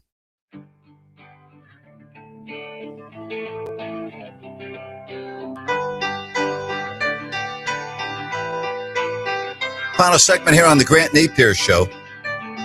You know, we talk about travel, restaurants, sports. Jim Peterson, who I had on my radio show a couple of weeks ago, the one-time king, many years in the NBA playing alongside Akeem Olajuwon and Ralph Sampson in Houston. TV analyst for the Minnesota Timberwolves for many years. Great guy. He put out on Twitter years ago, he was with his wife on a Friday afternoon at a coffee shop in either Nashville or Memphis. I can't remember the town in Tennessee. And he put out on Twitter back then before it was X. He said, in having coffee at a coffee shop here in Memphis with my wife, any recommendations on what to do for the weekend? And I responded, yes, drive to the airport and fly to New York. And he sent me a text message back shortly thereafter. And he said, dude, I am crying at my at the coffee shop. And my wife is asking me what's so funny. And I can't even talk because I'm laughing so hard. I was like, yeah, I know you would love that, Jim. He was like, yeah. He said, I can't even tell my wife what I'm laughing at. He goes, your response killed me. I'm like, good. I'm very happy I could enlighten you. So poor Jim. He's probably got coffee up his nose now. Probably. Needs some extra napkins. He's a beauty. We had many laughs. So great to reconnect with Jim Peterson. Niners have scored back-to-back touchdowns, a fumble on the ensuing kickoff after their first touchdown. Niners recovered in the red zone real quickly. Touchdown Purdy to McCaffrey, and they lead by the score of 14-7. Tomorrow, Sean Salisbury, he'll be on at 5 o'clock. We will then have our Christmas Eve show on Wednesday, and look forward to your phone calls both tomorrow and Wednesday. The Kings are in action tomorrow. The Pistons play tonight. The Detroit Pistons are in Portland, so the Kings get them on a second night of a back-to-back. Pistons are a good basketball team. We'll see how the game goes tonight, how many minutes their regulars and everything else play. So that's tomorrow. And then, of course, the post-game show tomorrow, Jerry Reynolds, make sure you wish him a happy anniversary, as his anniversary is tomorrow, but he'll still join us. Ryan will be with me. By the way, we are going to be having a lot of fun. I checked the Reynolds household injury report. It's clear. Yes. So we're good for tomorrow. I'm very happy to hear that. NBA tonight, the Cavs lead the Hornets 82-80, halfway through the third. At the break, Pacers are in Boston. They lead 61-43. The Mavericks and Pelicans are tied at 48 with the halfway point of the second quarter. A little bit later, Jazz, Nuggets, Grizzlies, Thunder. Warriors host the Magic. As I told you, the Pistons are 9-4 on the road, 22-6 overall, and they're in Portland to take on the Trailblazers. That is your NBA schedule. All right, so I want to ask you, Christmas Day, do you watch more NBA or more NFL? NBA. Do you? Yeah, I end up watching more NBA. Do you really? Yeah, because you get good matchups right when you wake up. Usually you'll have that. The Knicks usually have an early game on Christmas Yeah, they have Day. the Cavs. They have the Cavs.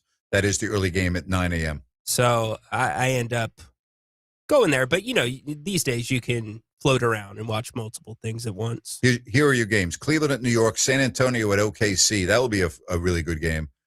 Dallas at Golden State. Lakers are home to the Rockets, and Minnesota is at Denver. But that Spurs-Oklahoma City game, probably the best one, I would think. Yes, no doubt about it. Absolutely is. And then NFL, all right, with Christmas. You know the NFL. They got to get involved. We're going to take it away from the NBA, and they have done that. But I think that Oklahoma City-San Antonio game will be highly rated. That much I do believe. But if you look at this coming week in the National Football League, Dallas is at Washington, Detroit at Minnesota, and you have Denver at Kansas City. So you really have three bad games. I mean, if you really want to look at it, the Thursday night matchups, which at the beginning of the season you thought would be good based on the success last year, well, Dallas, Washington's a dud. Detroit's pretty much out of it. They're at Minnesota, meaningless game. And then Denver's at Kansas City. The Chiefs are done. Denver's going to go in there and roll. So really, the games aren't that good on Christmas this year. Are we getting close to being able to say J.J. McCarthy is injury prone? Yes, I think so. Yeah, I do think so. By the way, the Saturday game's a good game. All right, pair of Saturday games. Houston is at the Chargers. So I think that's a good game. Shouldn't say a pair, but that game on Saturday is a good. I like that game. It's a strong game. That's going to be a physical game. Yeah, and then Baltimore at Green Bay. Right? That's going to be an interesting game because Green Bay's got to win and Baltimore has to win because they need Pittsburgh to lose at Cleveland to set up a divisional game for all the marbles the following Sunday. Yeah. Sorry, I'm moving around. I have to turn my TV off. I can't watch these Colts uniforms anymore. Really? Yes. Okay. They look They're that like, bad, huh? They look like, so a couple of years ago. I'm worried about you. There was a infomercial, one of those made on TV ads or sold on TV. And it's these pair of jeans that are actually like spandex. So they're not actually jeans, but they look like jeans. The colors are exactly the same. It's that ugly. It's that bad. I'll go to the radio for the game. You know, who's the moron that is in the room somewhere with his computer or her computer and designs that uniform and goes, I think this is going to be a big hit. Boy, those really look good. Wouldn't you like to meet that individual and find out what's wrong with them? Yes, I would. Or maybe we're the ones that don't get it. Maybe we're out of touch with fashion. Maybe we're out of touch. Maybe. I always wondered who was the individual that thought that the gold Sacramento uniforms was a good idea and came out of the design room with that finished product. and say, gee, I think this is going to be great, and the players are going to love it, and the fans are going to love it. No, really, I mean that. How much did you reset? How much the players loved those jerseys? Oh my gosh, they used to make fun of it. They used to be. You'd walk into the locker room, and the uniforms would be on the back of the chair, and they didn't realize they were wearing gold. And they're like, "I'm not going to put this. I'm not going to put this blank on. I'm not." It was embarrassing. Players hated it. Hated it. Can you blame them? No, they're shiny. Like they were gross. It was an ugly nasty color of gold. It was an ugly gold, and it was shiny, and it was just terrible. Players hated wearing those because everyone made fun of them. No, I'm serious. I know. I believe you. I completely believe you. I mean, literally, wherever you went, people were making fun of them. The only thing that was good is the Kings were pretty good, at least for a period of time when they wore those. But it was terrible. It was a salute to the sixth man. Well, if you really want to salute the sixth man, like you do up in Seattle with the 12th man, then give them something they can be proud of. Amen. But, it's the gold rush. We're in California. Stop it.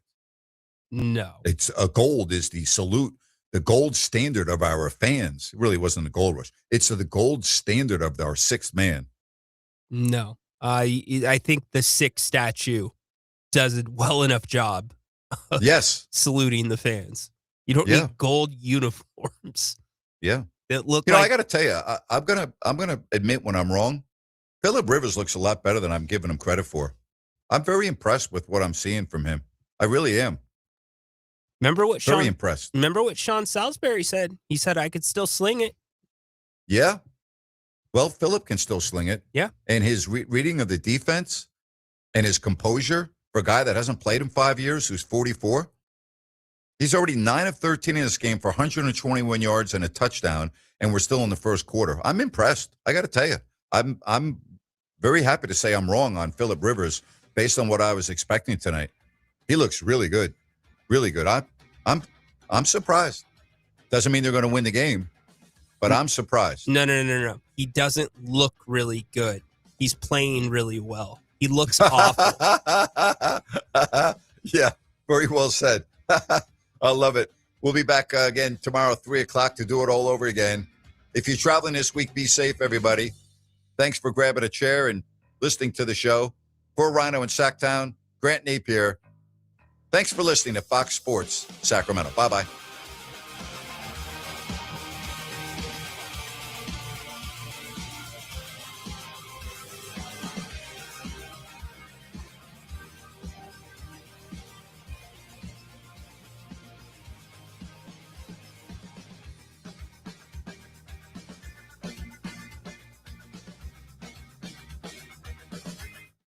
Make Christmas epic with a new car or truck with one of Epic Cadillac's Christmas specials. Save big on all 2025 Cadillacs in stock. Optics, Lyrics, CT5s, or Escalades. Put the best in luxury, technology, and efficiency in your driveway. And make your Christmas epic during Epic Cadillac's Epic Days of Christmas. Epic Cadillac. Better inventory, better customer service, and the most epic Christmas deals in the area. Epic Cadillac at the corner of El Camino and Fulton. Have an epic Christmas. Epic Cadillac.